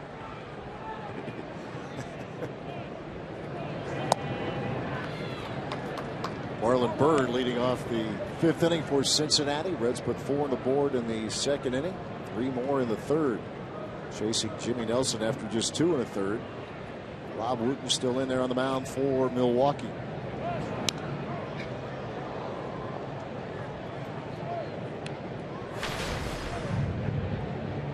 Bird has done. The Brewers trying to retire him for the first time. Infield single.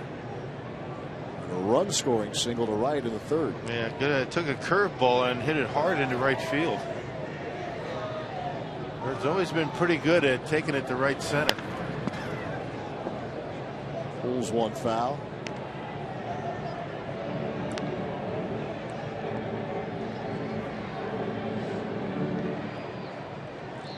Worked that bullpen pretty good yesterday.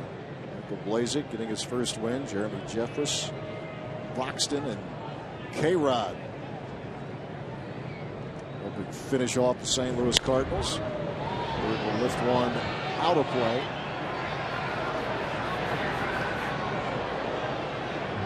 If he missed it, he Cardinals today earlier confirmed what most had figured was the case. The Achilles injury that he suffered in Milwaukee, just trying to break out of the box on a foul pop. Wainwright is done for the year. They have a couple of other pitchers that are still on the mend. Jaime Garcia among them. Still not due back anytime real soon. There's a bouncer back to Wooten. And there's out number one. Man, injuries starting to mount up already in baseball. And Homer Bailey here in Cincinnati is placed on a disabled list. Right elbow ligament sprain. Reds calling up Carlos Contreras from AAA Louisville. Here's Brian Pena.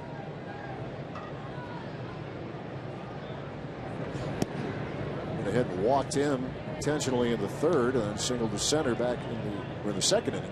And singled to center in the third.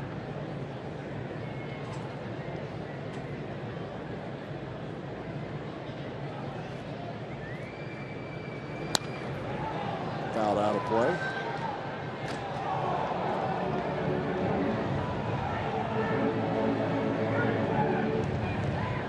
One and one to the Reds catcher. As Jason Marquis waits on deck.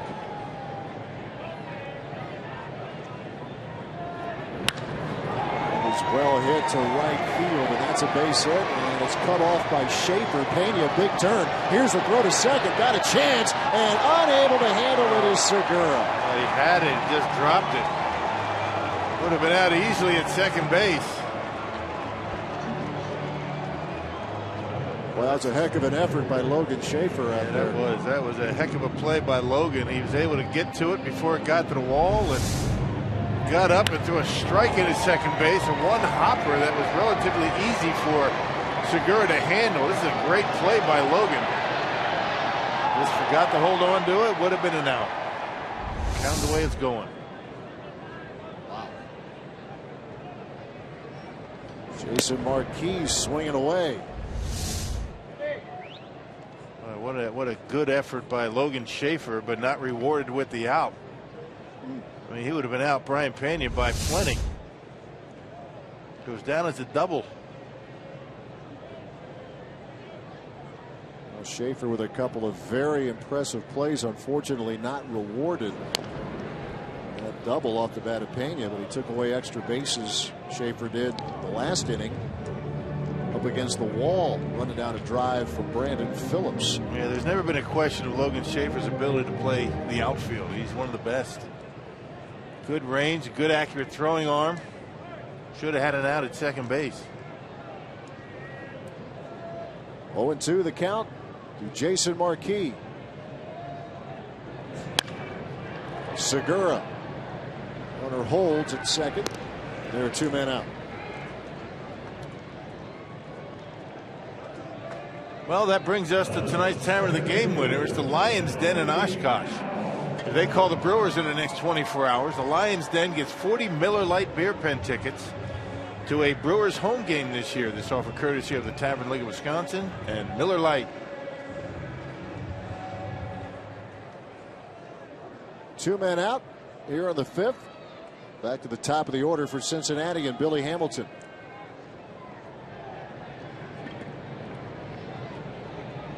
It's already the fourth time through, and we are in inning number 5. It's a little cue shot to third. That's Ramirez, and that'll wrap up the inning. So a double, but no more. Rob Wooten continues to pitch well in relief. Bottom of the fifth, or through 5 runners, 7-1 Cincinnati.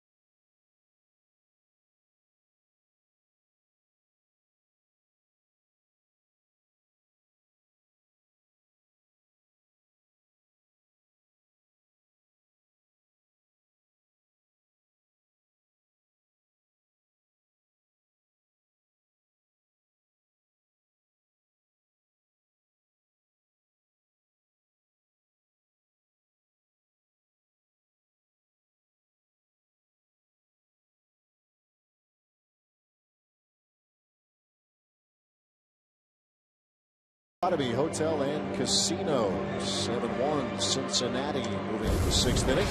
Hey, every weekday, gear up for the racing season with NASCAR Race Hub. With the best coverage, biggest names, and the most access. It's the daily show of record for NASCAR Nation. Catch NASCAR Race Hub weeknights 6 p.m. Eastern only on Fox Sports 1 and streaming live on Fox Sports Go. Jason Marquis has been effective here. 1 run. He has allowed just 4 hits. As top of the order for the Brewers, Segura, Schaefer, and Parra.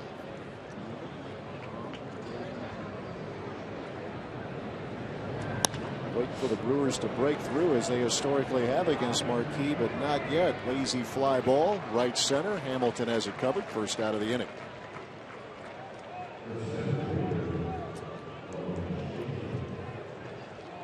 He was with the Nationals 5 years ago. The Brewers chased him. He didn't retire anybody. Gave up 7 runs, 4 hits. He hit a couple of batters. 7-12 in his career. Yeah, that was a game where Craig Counsell hit a grand slam. That was in Washington. Brewers had a 10-0 lead early in that game.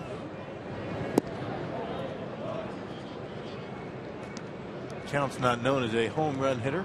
No. I'm sure he's watching tonight.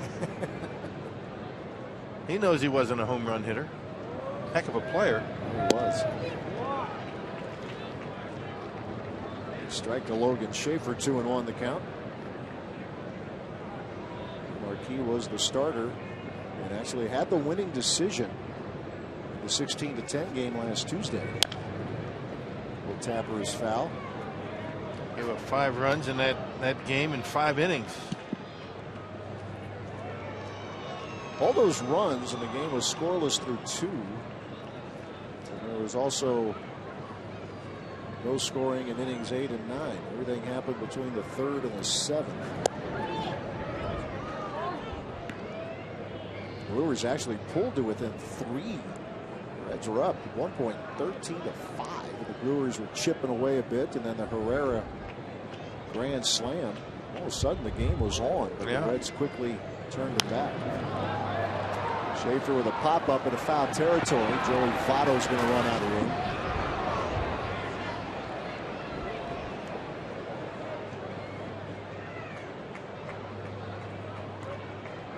I can't convince the Brewers that the Reds haven't been swinging the bats. A .219 team batting average coming into play tonight. They got things going tonight. A Jay Bruce 2-run homer. Jimmy Nelson had trouble with his command, walking 5, couple of wild pitches. Schaefer with a ground ball to Zach Cozart at short. 2 men out.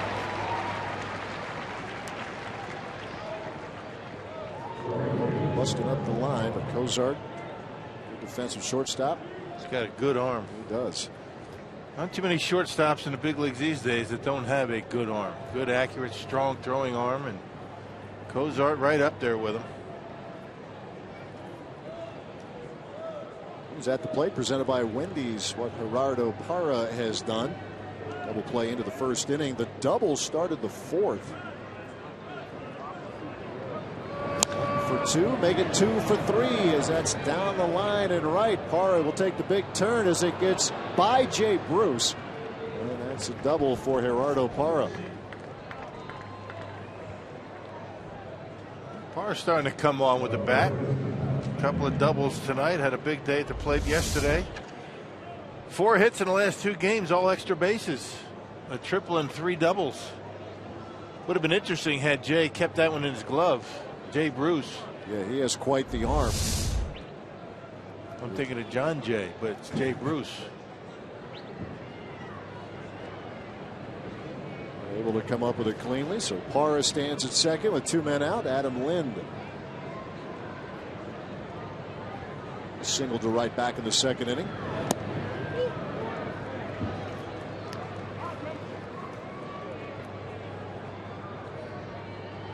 Get a big fly here, get right back into this game.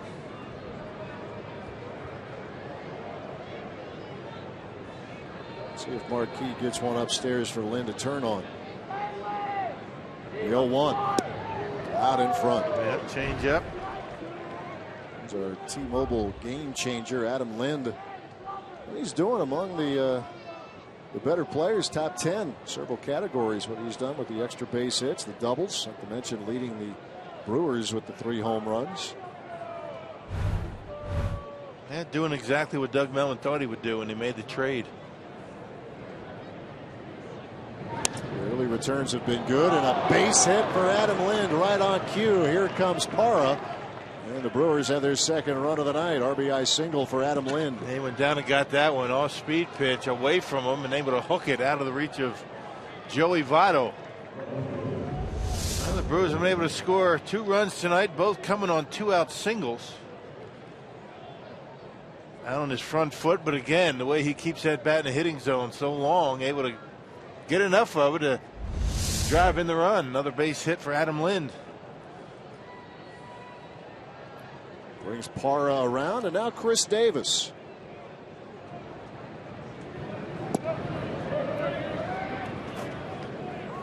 Talked about his ability to hit the ball the other way. In the homestand, it looked like he was trying to pull it a little bit.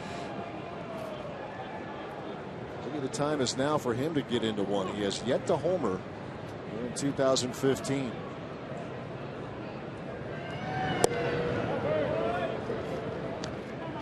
Two balls, no strikes. He hit a rocket into center field for a double in yesterday's game.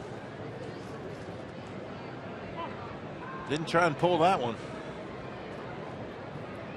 The Brewers strung together 3 straight hits with 2 outs.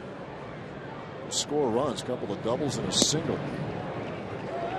That's the pitch you're talking about right there. Pulled ahead, trying to hit the home run, get the team back in the game, and Marquis with a little cutter and comes up empty. 2 balls, 1 strike. Lind, the runner at first.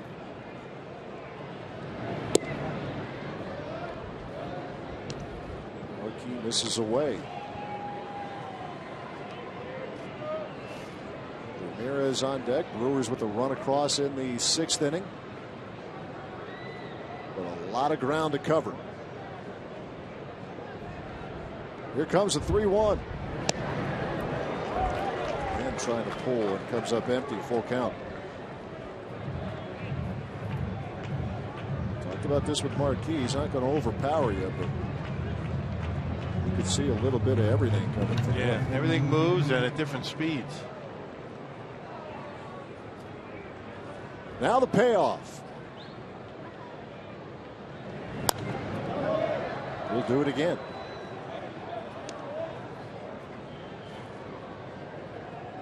Does a pretty good job, at least he has so far tonight, keeping the baseball out of the middle of the plate. Add a little, take a little off, in and out. J.J. Hoover getting loose for Cincinnati. Marquis ready with a 3-2. And this battle continues.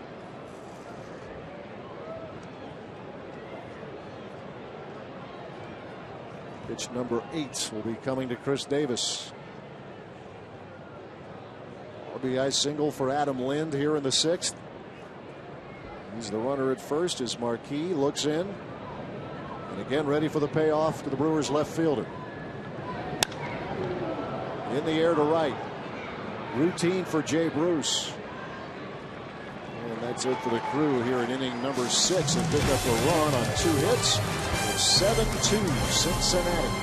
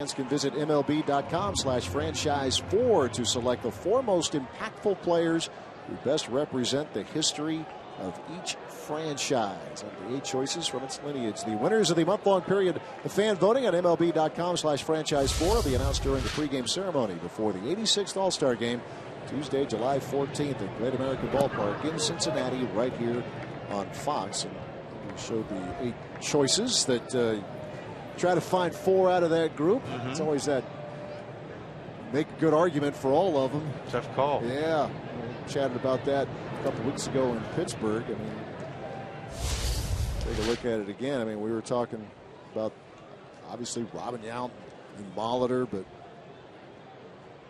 you can make strong cases there.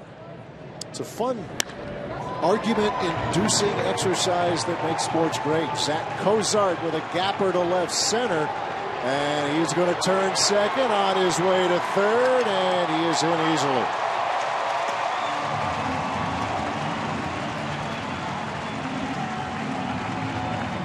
That's how the 6th inning begins for the Reds. Well, I'm not sure how many times Rob Wooten's gone 3+ innings in a game, but he's about to try and do that. Logan Schaefer never moved. I don't think he saw the baseball. That was a Chris Davis ball anyway. But Logan never moved until that ball was well into the gap.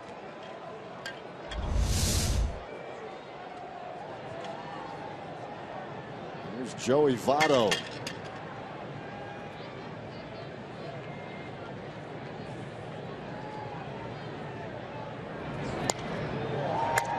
Franchise 4 voting. It's there's some great names in Brewers history.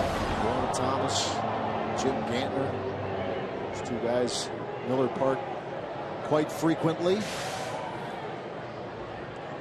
Very much attached to this organization, as the organization is attached to those 2. All of them. So it's a fun part of baseball. Hard. Each franchise will go through it. Hard to come up with 4. Especially hard to eliminate. Let's put it that way. Yeah, especially when you have an organization like the Reds. Yeah. How long have they been around, right? Longer than anyone. Yeah. First team. So Votto a foul back. And how can you pick 4 for the Yankees? Yeah, good luck with that.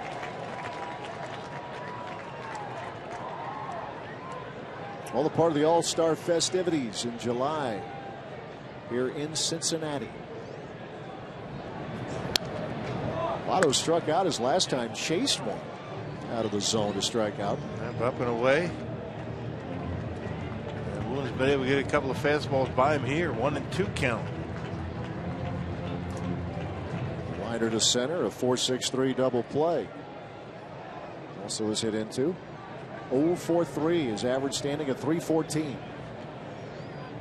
Rob Wooten came on in relief in the 3rd inning. Jimmy Nelson lasting just 2 1/3.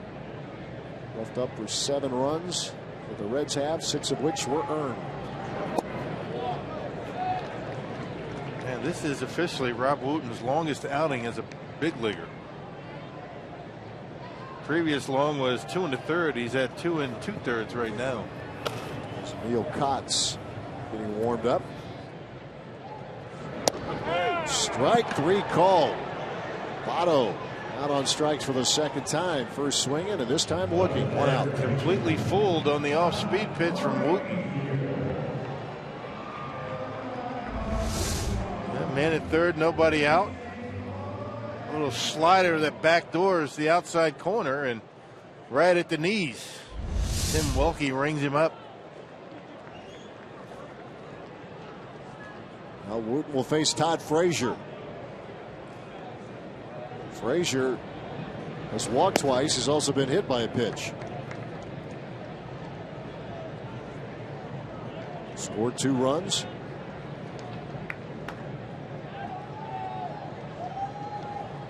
Cozart at 3rd. Triple to lead off the bottom of the 6th.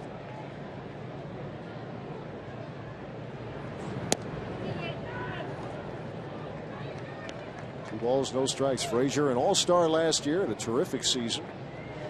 For the Reds, hit .273, 29 home runs. Also stole 20 bases. It was a Reds team whose offense just disappeared after the All-Star break. There's a throw down the third, and just getting back is Cozart. Yeah, tough play right there for Ramirez, because that ball right over the head of Cozart. You really have to concentrate to make sure you keep an eye on that baseball. Maldonado with a big throwing arm almost got him. This is what you're seeing right here. That's a tough play for Rami. Yeah, it is. Frazier, for the third time tonight, walks. He has reached all 4 plate appearances, 3 walks, and he was in by a pitch. Runners at the corners with 1 out.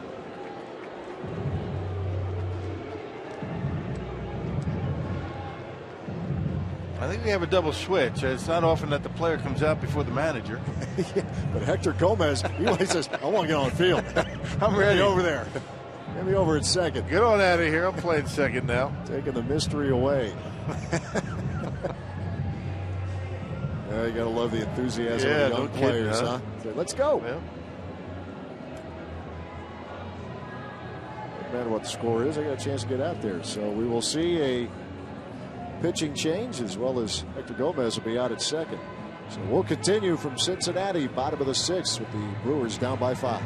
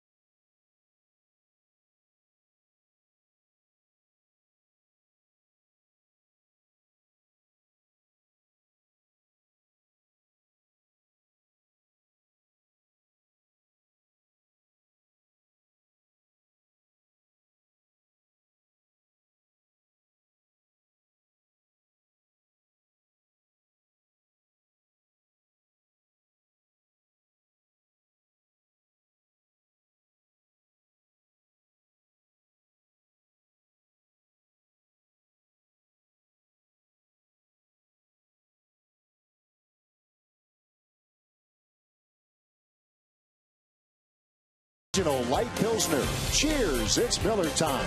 And by the Wisconsin Lottery, reminding you to please play responsibly.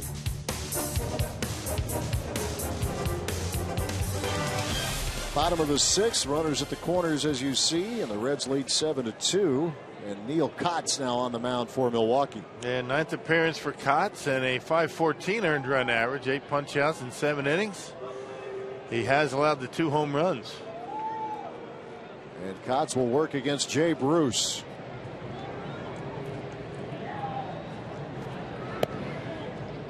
Well, 3 innings for Rob Wooten. That's a career high for him. There's some changes defensively. Herrera goes from second to left. Davis is out on the double switch. And Gomez at second base. Yeah, Wooten pitched well. Let's see if Kotz can keep it that way and finish off this inning. Just 1 out. Wooten 3 innings, couple of hits, walked 2, struck out 3. Responsible for the 2 runners aboard. Bruce is swinging a foul. The Reds with 4 runs in the second, 3 in the third. Brewers getting their runs in innings 3 and 6.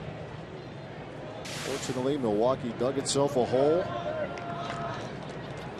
Kotz trying to keep the score as is against the dangerous Jay Bruce. Frazier on the move. Here's a throw down to second, and Frazier has his second stolen base of the night. Third of the year and second of the game for Bruce. Makes it look easy. It kind of surprises you. You don't expect him to run. Well, Cott's able to stop him, but no chance to get him at second. Went on the first move. Runners in scoring position for Bruce. There's a fly ball hit back into center field. On the run, Logan Schaefer has it tracked and will make the catch, but tagging easily and scoring is Cozart, and it's an 8-2 game. Sac fly for Jay Bruce. Third RBI of the night. The Reds with 8 runs on 8 hits, but if you add the walks the Brewers have issued, that's 7 walks that the Brewer pitching staff has issued to Cincinnati. A lot of them have scored. 7 walks, and at the moment 2 wild pitches and a passed ball. I'm thinking that passed ball could eventually be changed to a wild pitch, but you get the idea. There's Brandon Phillips. Phillips was robbed of extra bases his last trip back in the 4th inning. Logan Schaefer taking one off the wall. Didn't rob him of a homer, but robbed him of a double.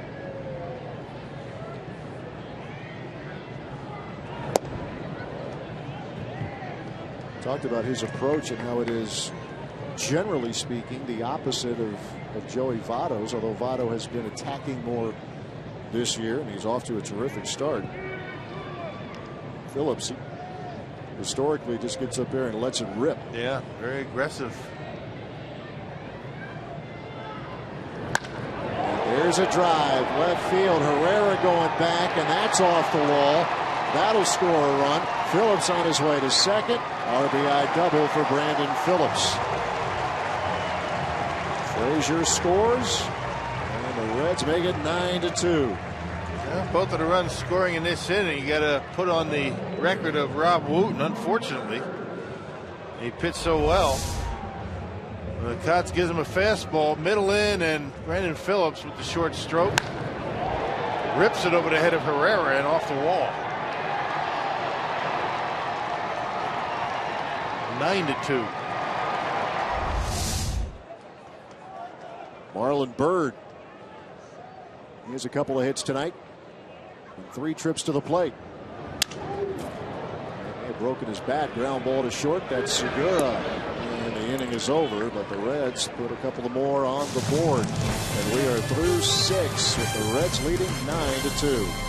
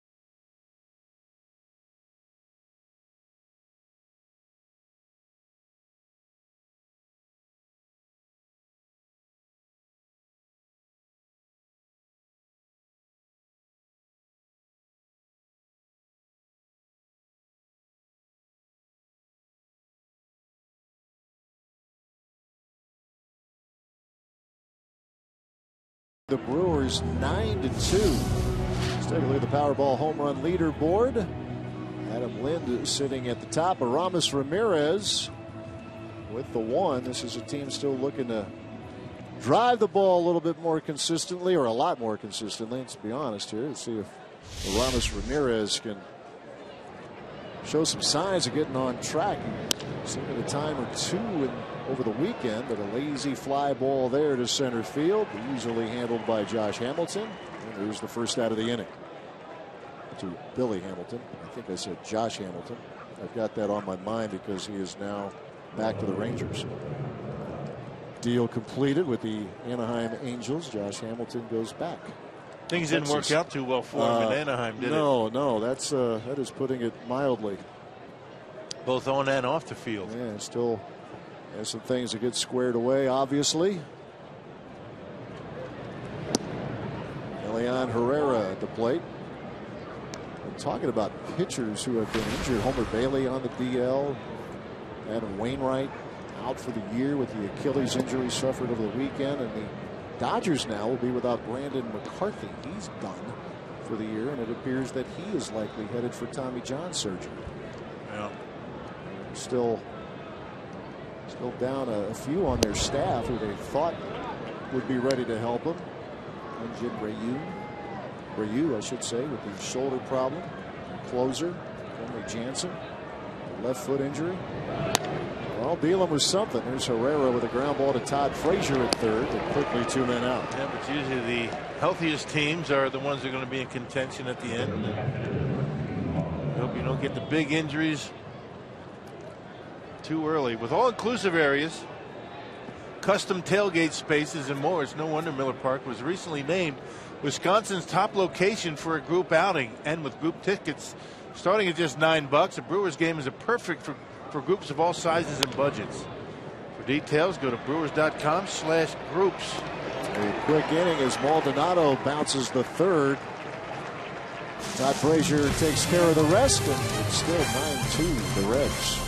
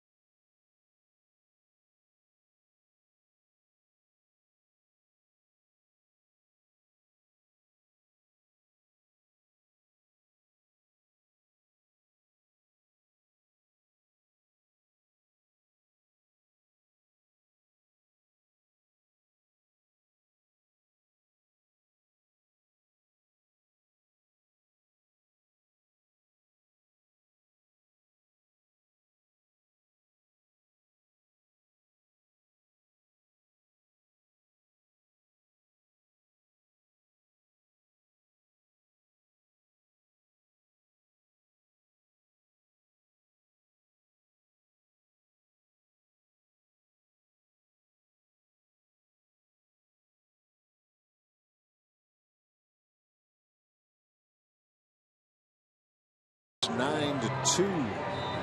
Hey, tonight, Fox Sports Live will get you caught up on a full night of NHL and NBA playoff action, plus highlights on tonight's MLB games. You can see Fox Sports Live tonight on Fox Sports 1 or see it simulcast right here on Fox Sports Wisconsin.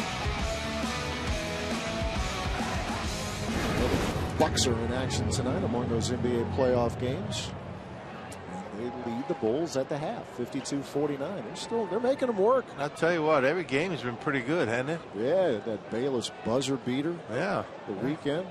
Giving them all they can handle. All these folks who talk about the NBA in general, they're already projecting the Bulls through, and they're ahead 3-1. I get it. But the Bucks are saying, hey, wait a minute. Just going to roll over here. Ryan Pena. 2 for 2. So walked intentionally in the second inning. Will Kotz on the mound. Rob Wooten worked in 3 innings and will be charged with the 2 runs scored at the bottom of the 6th inning. But a good job by Wooten. I mean, saving a lot of the bullpen, able to go 3. Had he not been able to get the job done, the Brewers pen would be in trouble in the first game of a 6-game road trip. That's the last thing you need. You had a short start, and you get one of your relievers who's not used to throwing 2-3 innings. Able to do it. Gave up a couple of runs, but it'll help the bullpen in the long run. If you're just checking in, Jimmy Nelson lasted just 2 1/3. Just didn't have it tonight. Reds putting 7 on the board. 6 were earned. 4-run second and a 3-run third.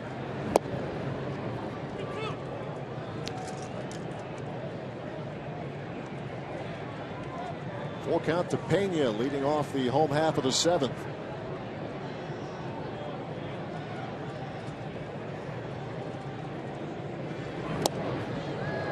Yet another walk issued by Brewers pitching. Would be number 8. That's 8 walks already. 5 of those have scored. Big difference in the ball game tonight. Jason Marquis steps in. Laid down a sacrifice bunt in the 3rd inning. Swinging away here. And never good when the opposing pitcher is batting for the 4th time. No. Key with an RBI single in the 2nd.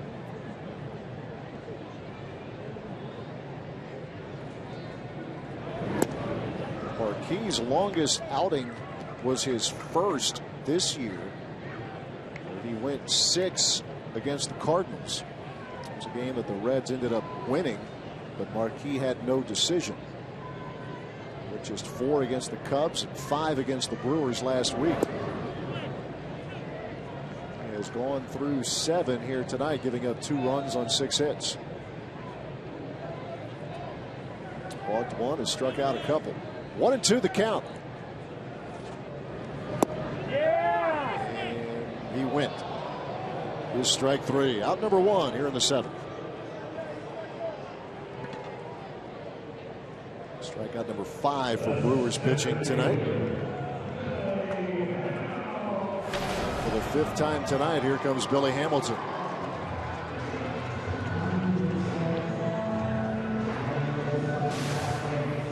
One-time shortstop. Yeah, still learning how to play the outfield. Just sheer speed is what allows him to get to a lot of baseballs in the gap over his head. And it's the scary part for the rest of the Central Division, the rest of the National League, as he's still learning the nuances, not just defensively, but base running. Apparently, he's learning well. He was caught stealing 23 times last year. He's only been caught once in 14 attempts the first month of this season. It was Maldonado who got him last week at Miller Park. Here's Kotz with the 0-1. Hamilton down 2 strikes.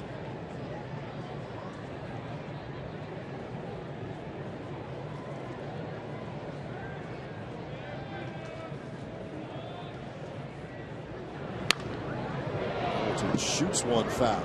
Hamilton much better from the right side of the plate this year, at least so far. He's only had 16 at bats as a right-handed hitter, hitting over 300.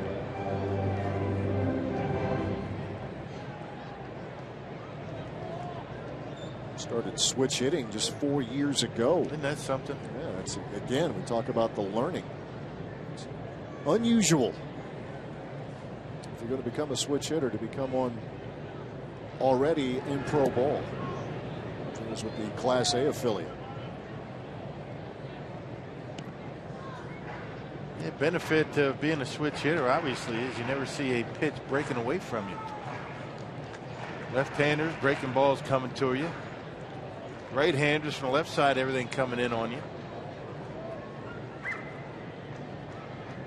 Hamilton's 56 steals last year, 2nd best in the National League. Only D. Gordon had more at 64. A ball, 2 strikes. Pena the runner at first. And it sails up and out of the glove of Maldonado. We'll go to the backstop, and yet another wild pitch here for Brewers pitchers tonight. Pena to second. It's at least 3. Another one is in the books at the moment as a pass ball, but Rock mentioned, pointing out the rule of thumb in scoring, though the pitch certainly appeared to be in the dirt. But nonetheless, you're getting the idea of what kind of night it's been for the Brewers. Right. Rough night behind the plate for Maldonado as well.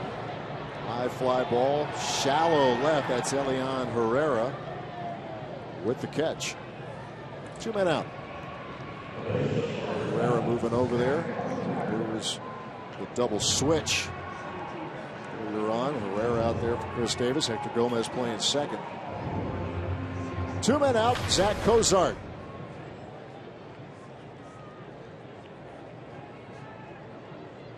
He was a hot hitter in the series last week in Milwaukee. He's 1 for 3 tonight, a triple in the 6th.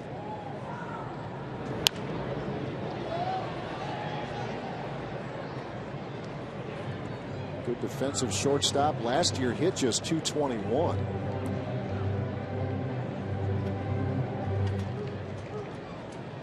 Two years ago, homered 12 times. 3 years ago, homered 15.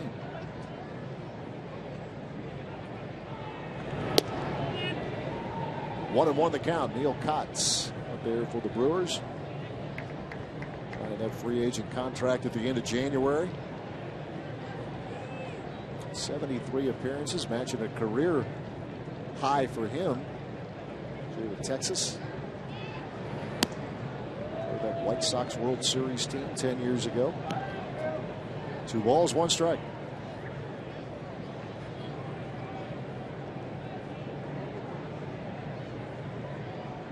Ryan Pena started the inning with a walk. Against on a wild pitch. Marquis to strike out. Hamilton a fly out, and there's a ground ball just foul at third. Pretty good on that inside corner is Cozart. That wasn't even a strike, I don't think. Kotz tried to get in on him, he did, but Cozart able to get the barrel of the bat on it, just missed that line. It's big news for this Reds team if he can maintain his offensive productivity anywhere near where it is now. He's .304, not known as, I mentioned he can show some pop with the bat, but not known as a hitter for Auburn. There's a soft liner to left, and that is handled by Elian Herrera. And that'll do it for the Reds here in the 7th. No run, still hits, they need one. Still 9-2 Cincinnati.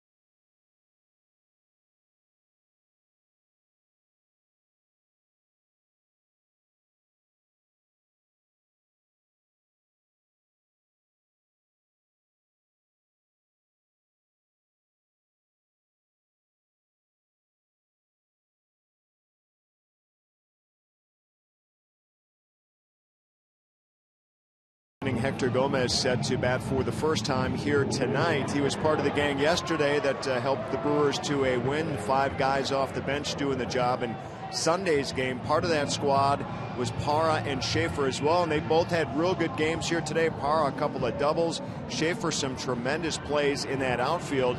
Now, Ryan Braun is scheduled to get back into that starting lineup tomorrow.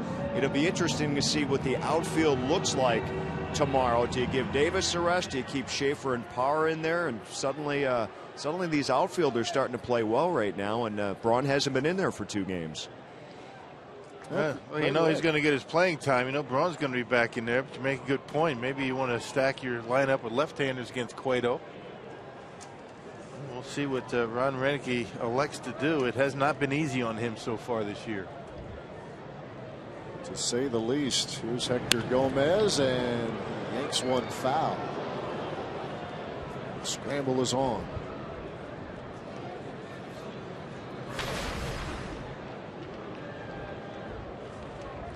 Brewer team winning for just the 4th time yesterday. And barring a huge rally tonight, will still be a team trying to win in back-to-back games. Reds come in 8-10.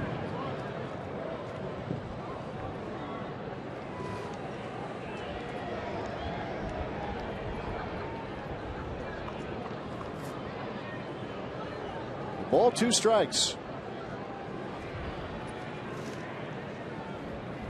Look at a dugout full of guys just trying to find answers. It's been a frustrating search. There has not been a whole lot going right for that group. Gomez again. Keeping him alert down there.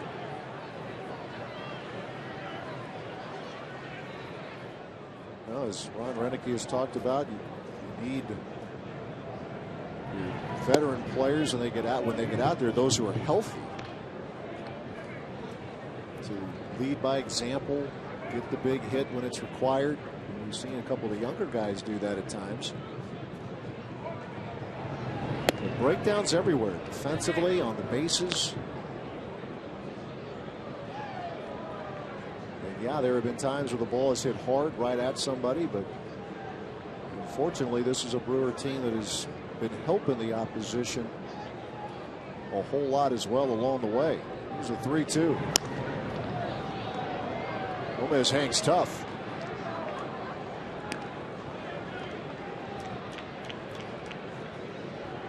Jason Marquis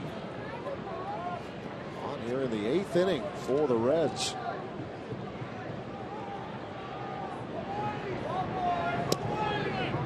Gomez works him for a walk. That was a good at bat. I mean, he's a grinder up there at the plate. He's not going to give up an at bat. He doesn't get many of them, so every time he's up there, he battles when he has 2 strikes. So that's how the Brewers begin the 8th inning. That is now pitch number 100 for Marquis. He has not had to labor a whole lot in any single inning. Top of the order, Gene Segura with a hit in 3 trips.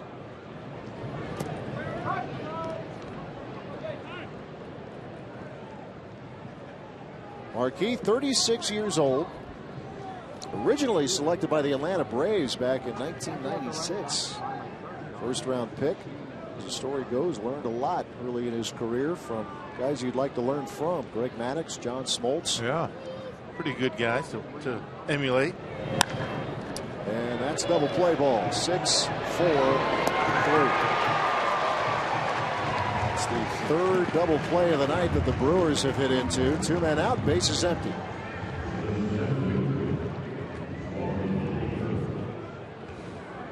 Here comes Logan Schaefer. In our Marshfield Clinic shining moment as he takes away extra bases from Brandon Phillips. Check this out. Yeah, knew exactly where he was on that warning track. A perfectly timed leap and grabbed it. Would have stayed in play, but certainly would have been extra bases. Would have scored a run or 2. Schaefer out in front and down a strike.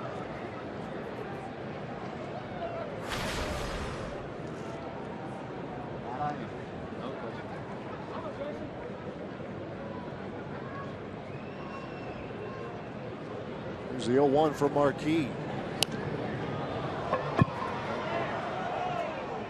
Marquis showing some of that form that helped make him an all-star back in 2009. 4 good years with the Cardinals, including 04. He was a 15-game winner.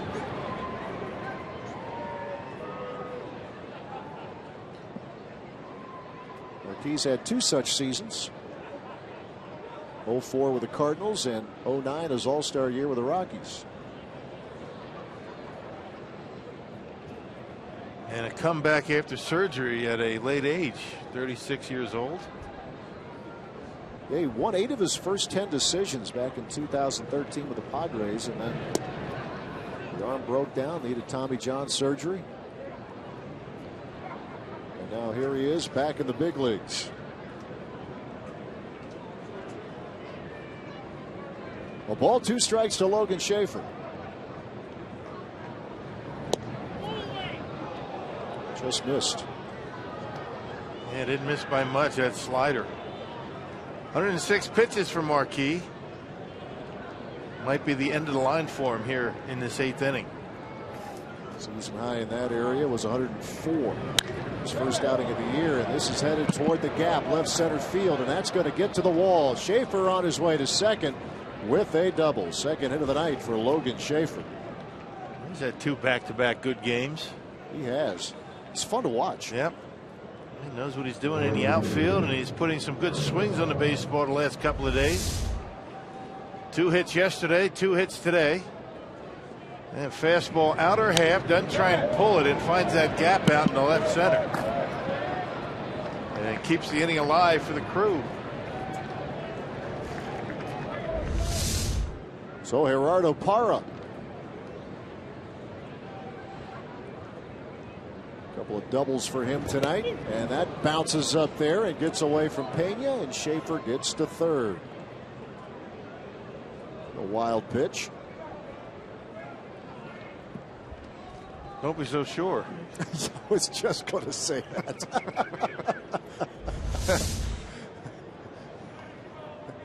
Yeah, bounces in front of home plate and got Tim Wilkie right in the chest.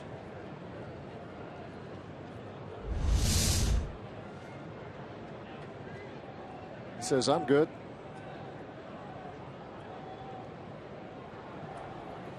There's Jumbo Diaz warming up for Cincinnati.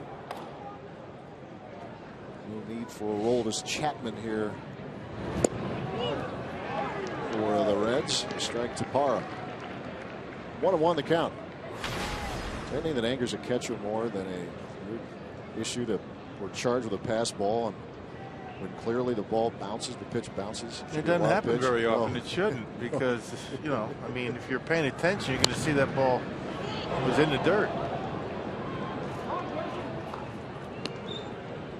I mean, in the grand scheme of things, it really doesn't matter in the outcome of the game. But, yeah, but I hear you. It's getting it right, though. Yeah, I mean, you know, you can't give a guy a pass ball on a ball that's in the dirt. There's nothing wrong with trying to be right, no matter the score. Right.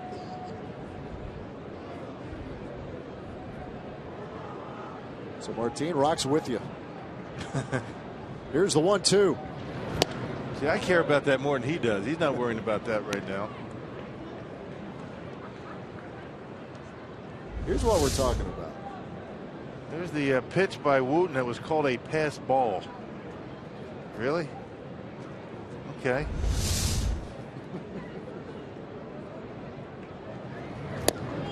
Gets you riled up. Full count now to Parra.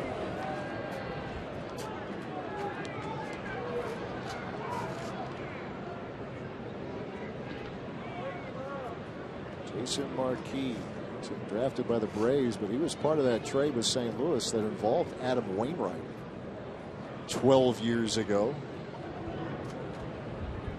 Here's the 3-2. And Parra down swinging. And that's it for the Brewers here in the 8th. Score remains 9-2 Cincinnati.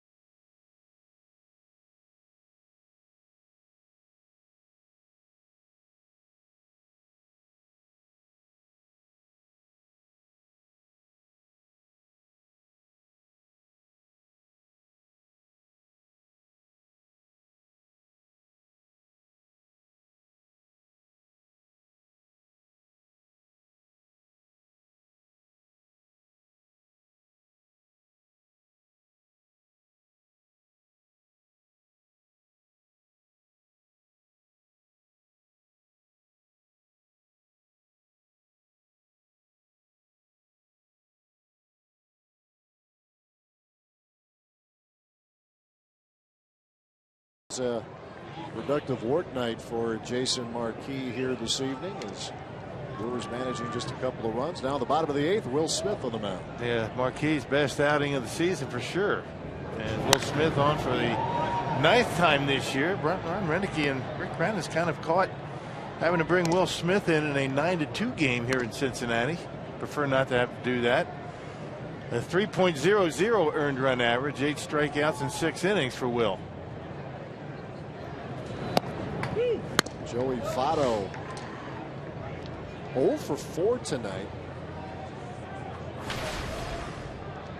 Keep him quiet, and normally you should have a shot. That has not been the case. The Brewers down 7 in the bottom of the 8th inning. Votto was struck out a couple of times, swinging in the 4th and looking in the 6th.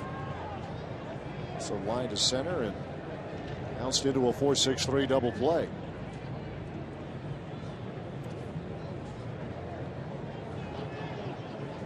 Smith, the 4th Brewer to work on the mound tonight. Jimmy Nelson lasting just 2 1/3.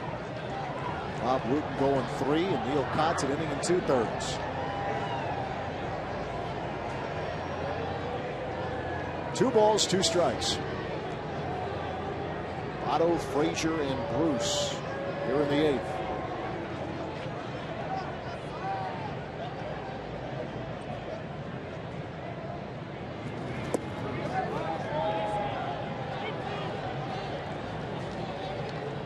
Count now to the Reds' first baseman.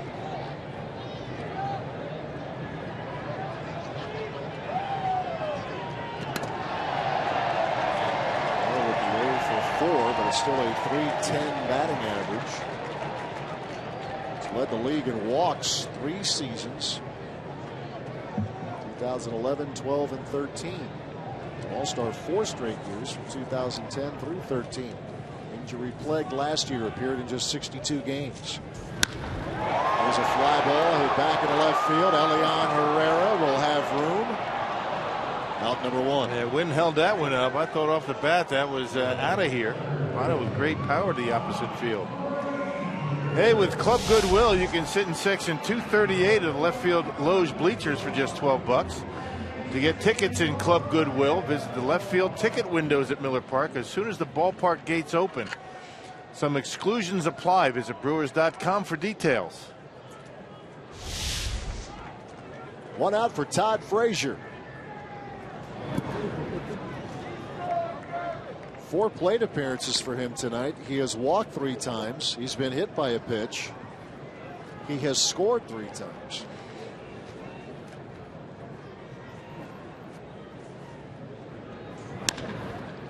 There's a bouncer to third. Ramirez. 2 men out. Finally get Frazier for the first time tonight. Here's Jay Bruce.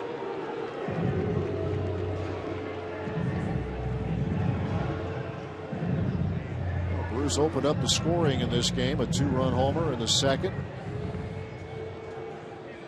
Part of a 4-run inning for Cincinnati.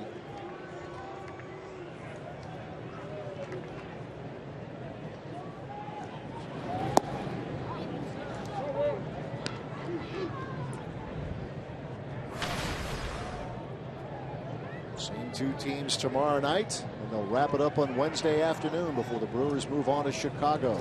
An off day on Thursday.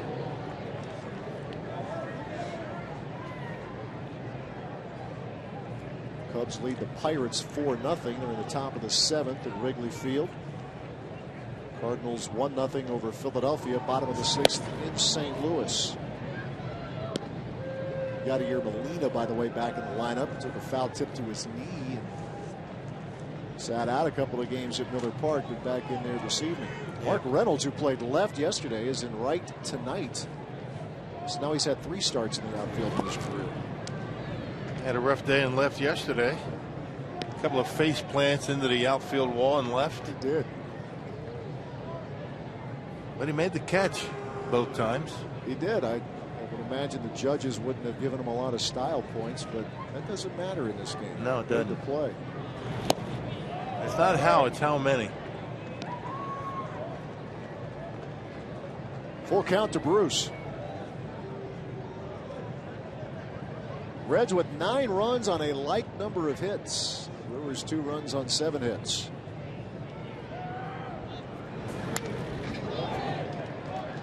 Fastball fouled back.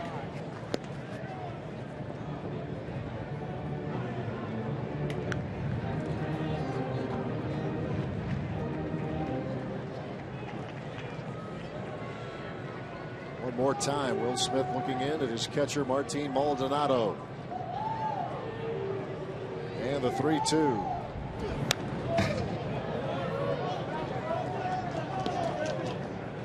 Talked about Reds players looking to snap back from a tough year, and that would certainly describe Bruce, a 2-time All-Star. Last year hit just .217. Onward 18 times. This is a guy who in a good year can get you 30+ long balls. Again, the full count pitch. And Bruce is on.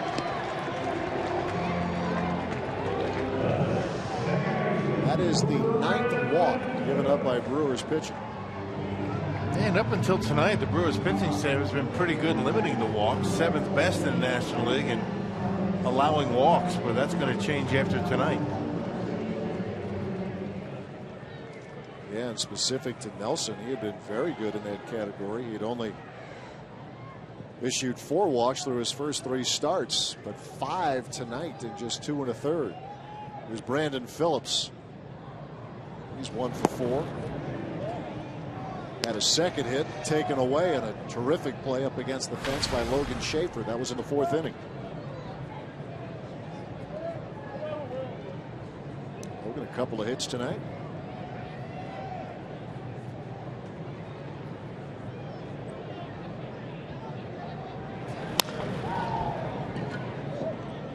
To the Reds second baseman.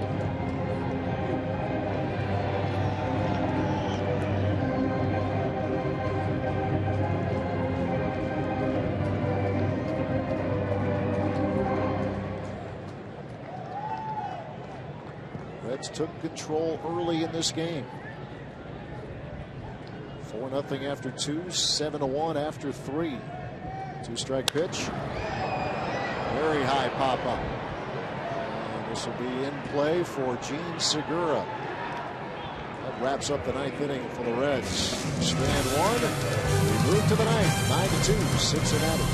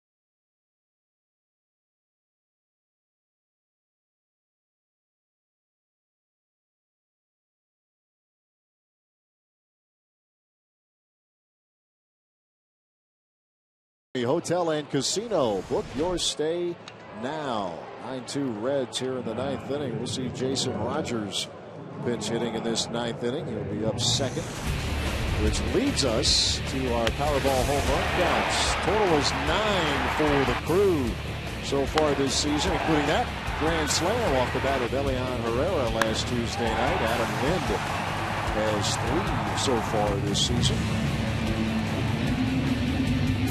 still trying to get some consistency. They're trying to get a lot of consistency here with the home runs and the doubles. They were showing signs of that yesterday, but unable to carry over.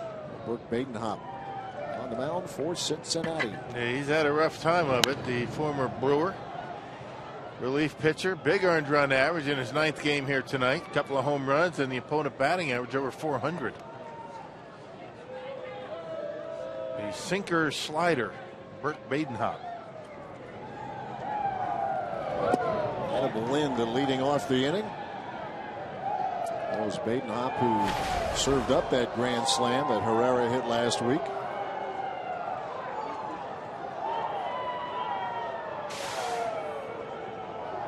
Lind with an RBI single his last trip. He's down a ball, 2 strikes.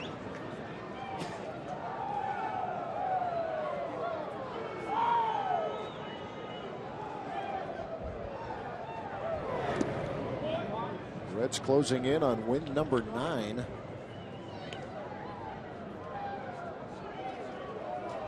And barring a huge rally, the Brewers will still be in search for back-to-back games that go their way. Brian Price, his team has had its ups and downs.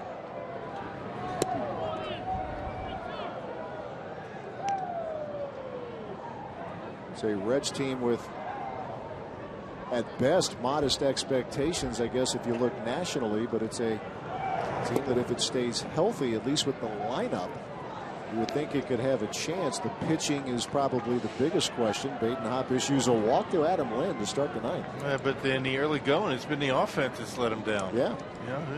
You go figure, right? Yeah, both of these teams have had a difficult time in scoring runs, but the Reds really haven't had much of a problem against Milwaukee, though. Yeah, they went into Miller Park on a 4-game losing streak last week, and then they showed flashes of playoff caliber baseball, winning 3 out of 4. They come into this series having lost 3 in a row. The series finale to the Brewers last Thursday, and they lost twice to the Cubs on Friday and Sunday. They were rained out on Saturday. Jason Rogers now.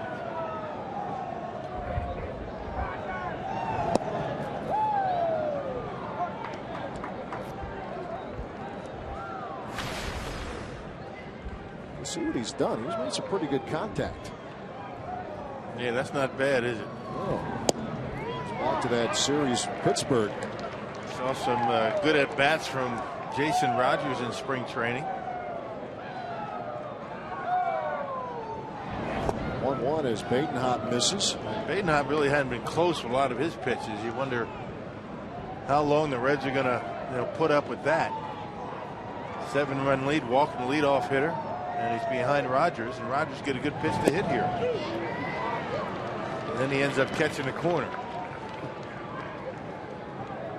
Jason Marquis went the first 8, 7 hits, 2 runs, walked 2, struck out 3. 2-2. You never get overly concerned when you have a lead like this and you have a pitcher out there struggling, because you always have that hammer if it gets too close. Right. You can get annoyed, but not overly concerned. Right. Yeah, that's exactly right. We got Chapman waiting out there. There's a line drive knocked down by Votto. It gets through him, and Rogers will reach. Another base hit for Jason. Sir. He's shown a good ability to go to the opposite field. Had a good approach up there. Has an idea what he's doing.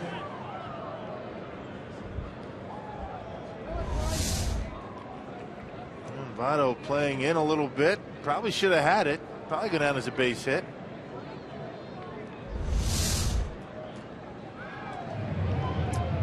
A visit at the Great American Ballpark mound.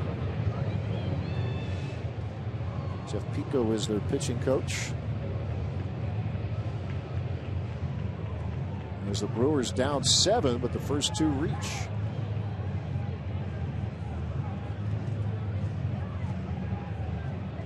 Take a look at what's on tap, presented by Miller Lite. Tomorrow, Kyle Loesch and Johnny Cueto, the makings of a good matchup. Now, I know the ERA shows what it shows for Loesch, but he was terrific last Thursday against the Reds. And Cueto, take a look at the ERA and then the record. He's 1-2. And Ramirez with an opposite field single. Brewers go station to station, and they are loaded with nobody out. And both hits in this inning, opposite field jobs. Good to see Ramirez doing that, not trying to pull the baseball, and rewarded with a base hit.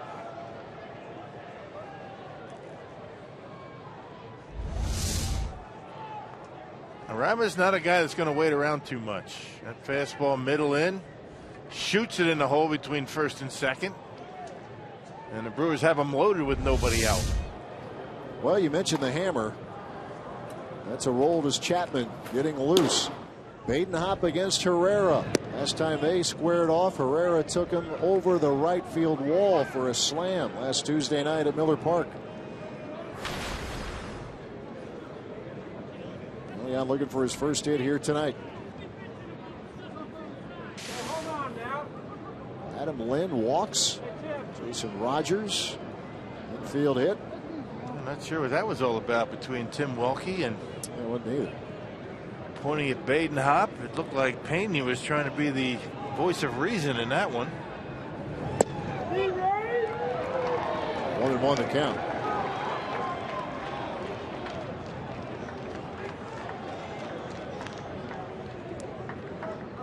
First three Brewers reaching here in the ninth. And Herrera down, a ball, 2 strikes.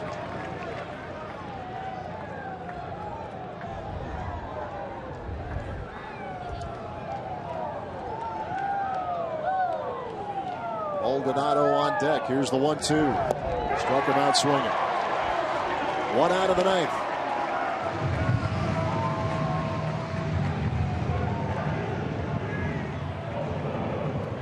No repeat of what happened last Tuesday night. Here's Martin Maldonado.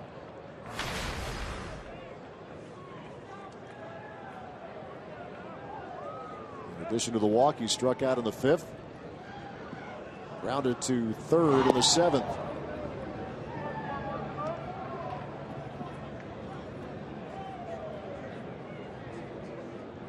Brewers only runs coming in the 3rd and the 6th inning. 2 runs on 9 hits.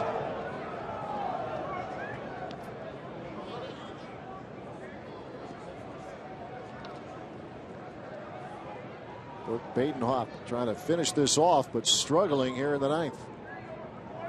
Here's the 2-0.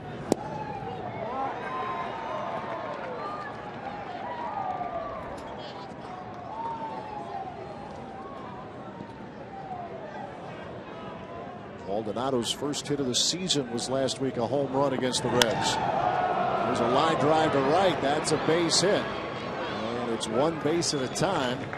As Lind is in, it's a 9-3 game. Bases stay loaded. RBI single for Martin Maldonado. Yeah, 1 more base run, and all of a sudden it becomes a save situation for Aroldis Chapman. The tying run has to be on deck in order for it to be a save. That's why he's getting loose. And the Brewers hope that happens. Another good approach, and notice all 3 hits in this inning have come to the opposite field. And the Reds aren't going to mess around. They're going to go ahead and make the change now. As the Brewers with a run across, bases loaded, just 1 out. 9-3 game, but Brian Price has seen enough as he'll turn it to the bullpen again, and this time Aroldis Chapman. So the Brewers try to punch back. A lot of work to do, but the bases are loaded. Hang around.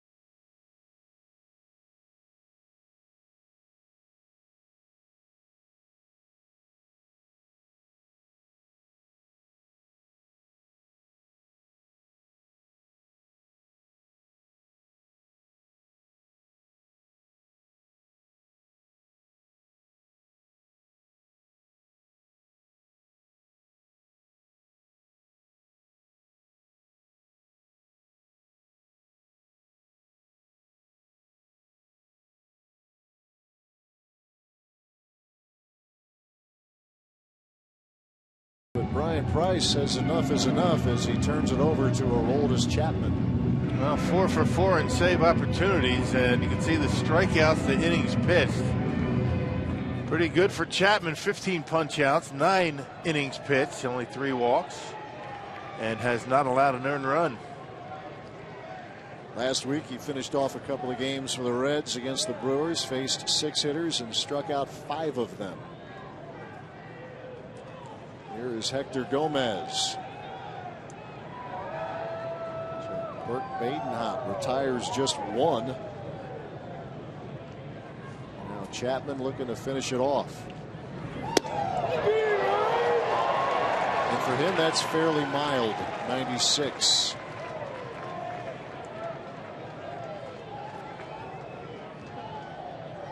Averaged 100 on his fastball last year. Yeah, we saw some triple digits at Miller Park.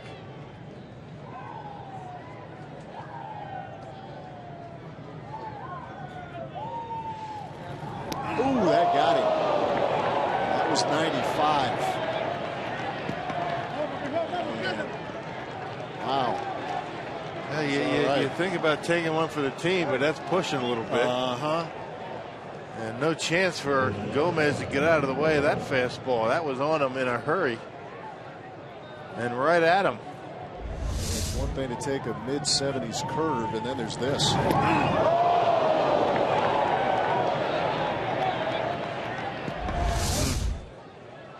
So it's a 9-4 game. Gene Segura. Hey, watch out, Steve!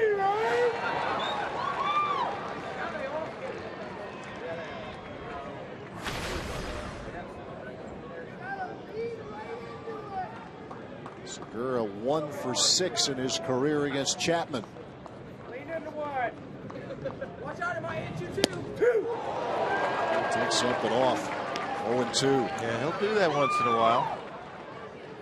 2-seamer, but normally doesn't want it down up in that location, up in the zone. That's something he picked up last year, that 2-seamer. 2 strikes and nothing to Gene Segura. Right down the middle, Chapman.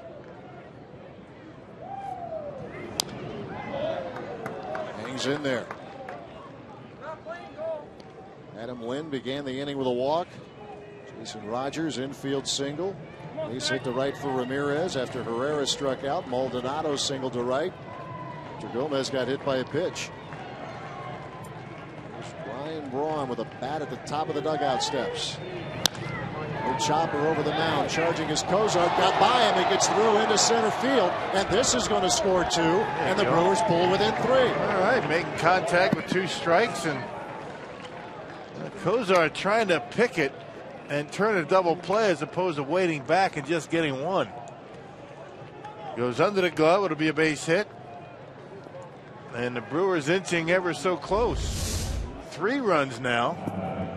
The tying run at the plate. This would be a nice snatching back right here. I mean, the easy play there would be to wait back, catch it on the big hop, and just tag second base. He got greedy, didn't he? Ball gets into the outfield and 2 runs in. Tying run at the plate, Luis Jimenez.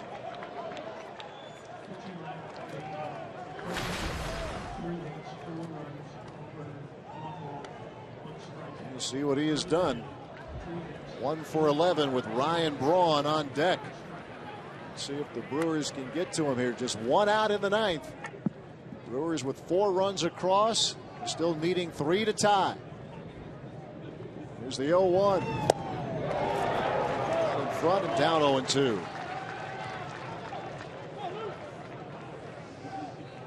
Yeah, try to avoid throwing up left-handed bats against Aroldis Chapman. That's why you see Jimenez at the plate and Ryan Braun on the on-deck circle. Yeah, pinch hitting for Logan Schaefer and Gerardo Parra, respectively. Here's the 2-strike pitch. Struck him out swinging. Sliders.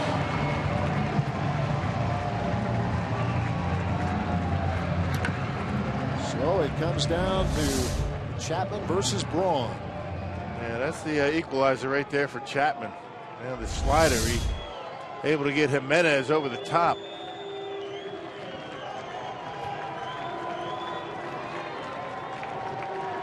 2 on, 2 men out.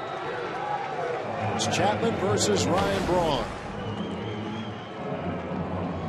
One home run he hit was against the Reds. He is 1 for 8 in his career against Chapman.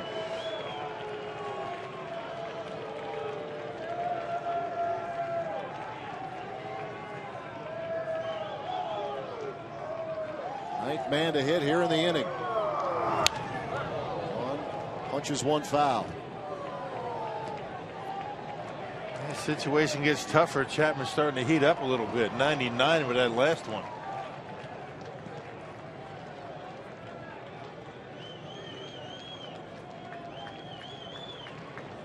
The Brewers fighting back here in the 9th. Let's find out what Braun can do.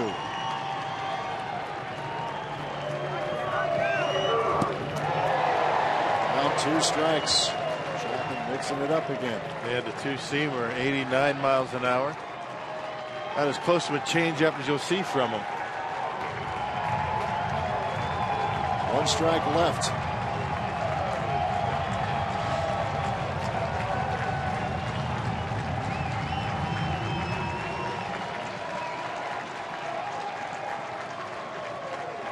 Big left-hander looking in. Here's the 0-2.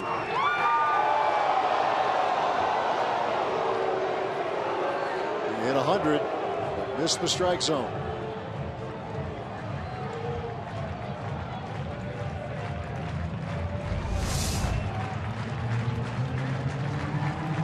Well, that looked like a pretty good pitch, huh? It goes down as a good take. 1-2. Here it comes. Struck him out swinging. At 100 again. And the Reds hang on. They had a 9-2 lead going into the bottom of the 9th. The Brewers put 4 on the board, but it stops there as the Reds take the opener here in this series. Brewers will try again tomorrow night. Jay Bruce hoping to get things started for the Reds. They put 4 on the board in the second, 3 more in the third. So the Reds win it 9-6. Time now for Brewers Live postgame. Let's send it to our Fox Sports Wisconsin.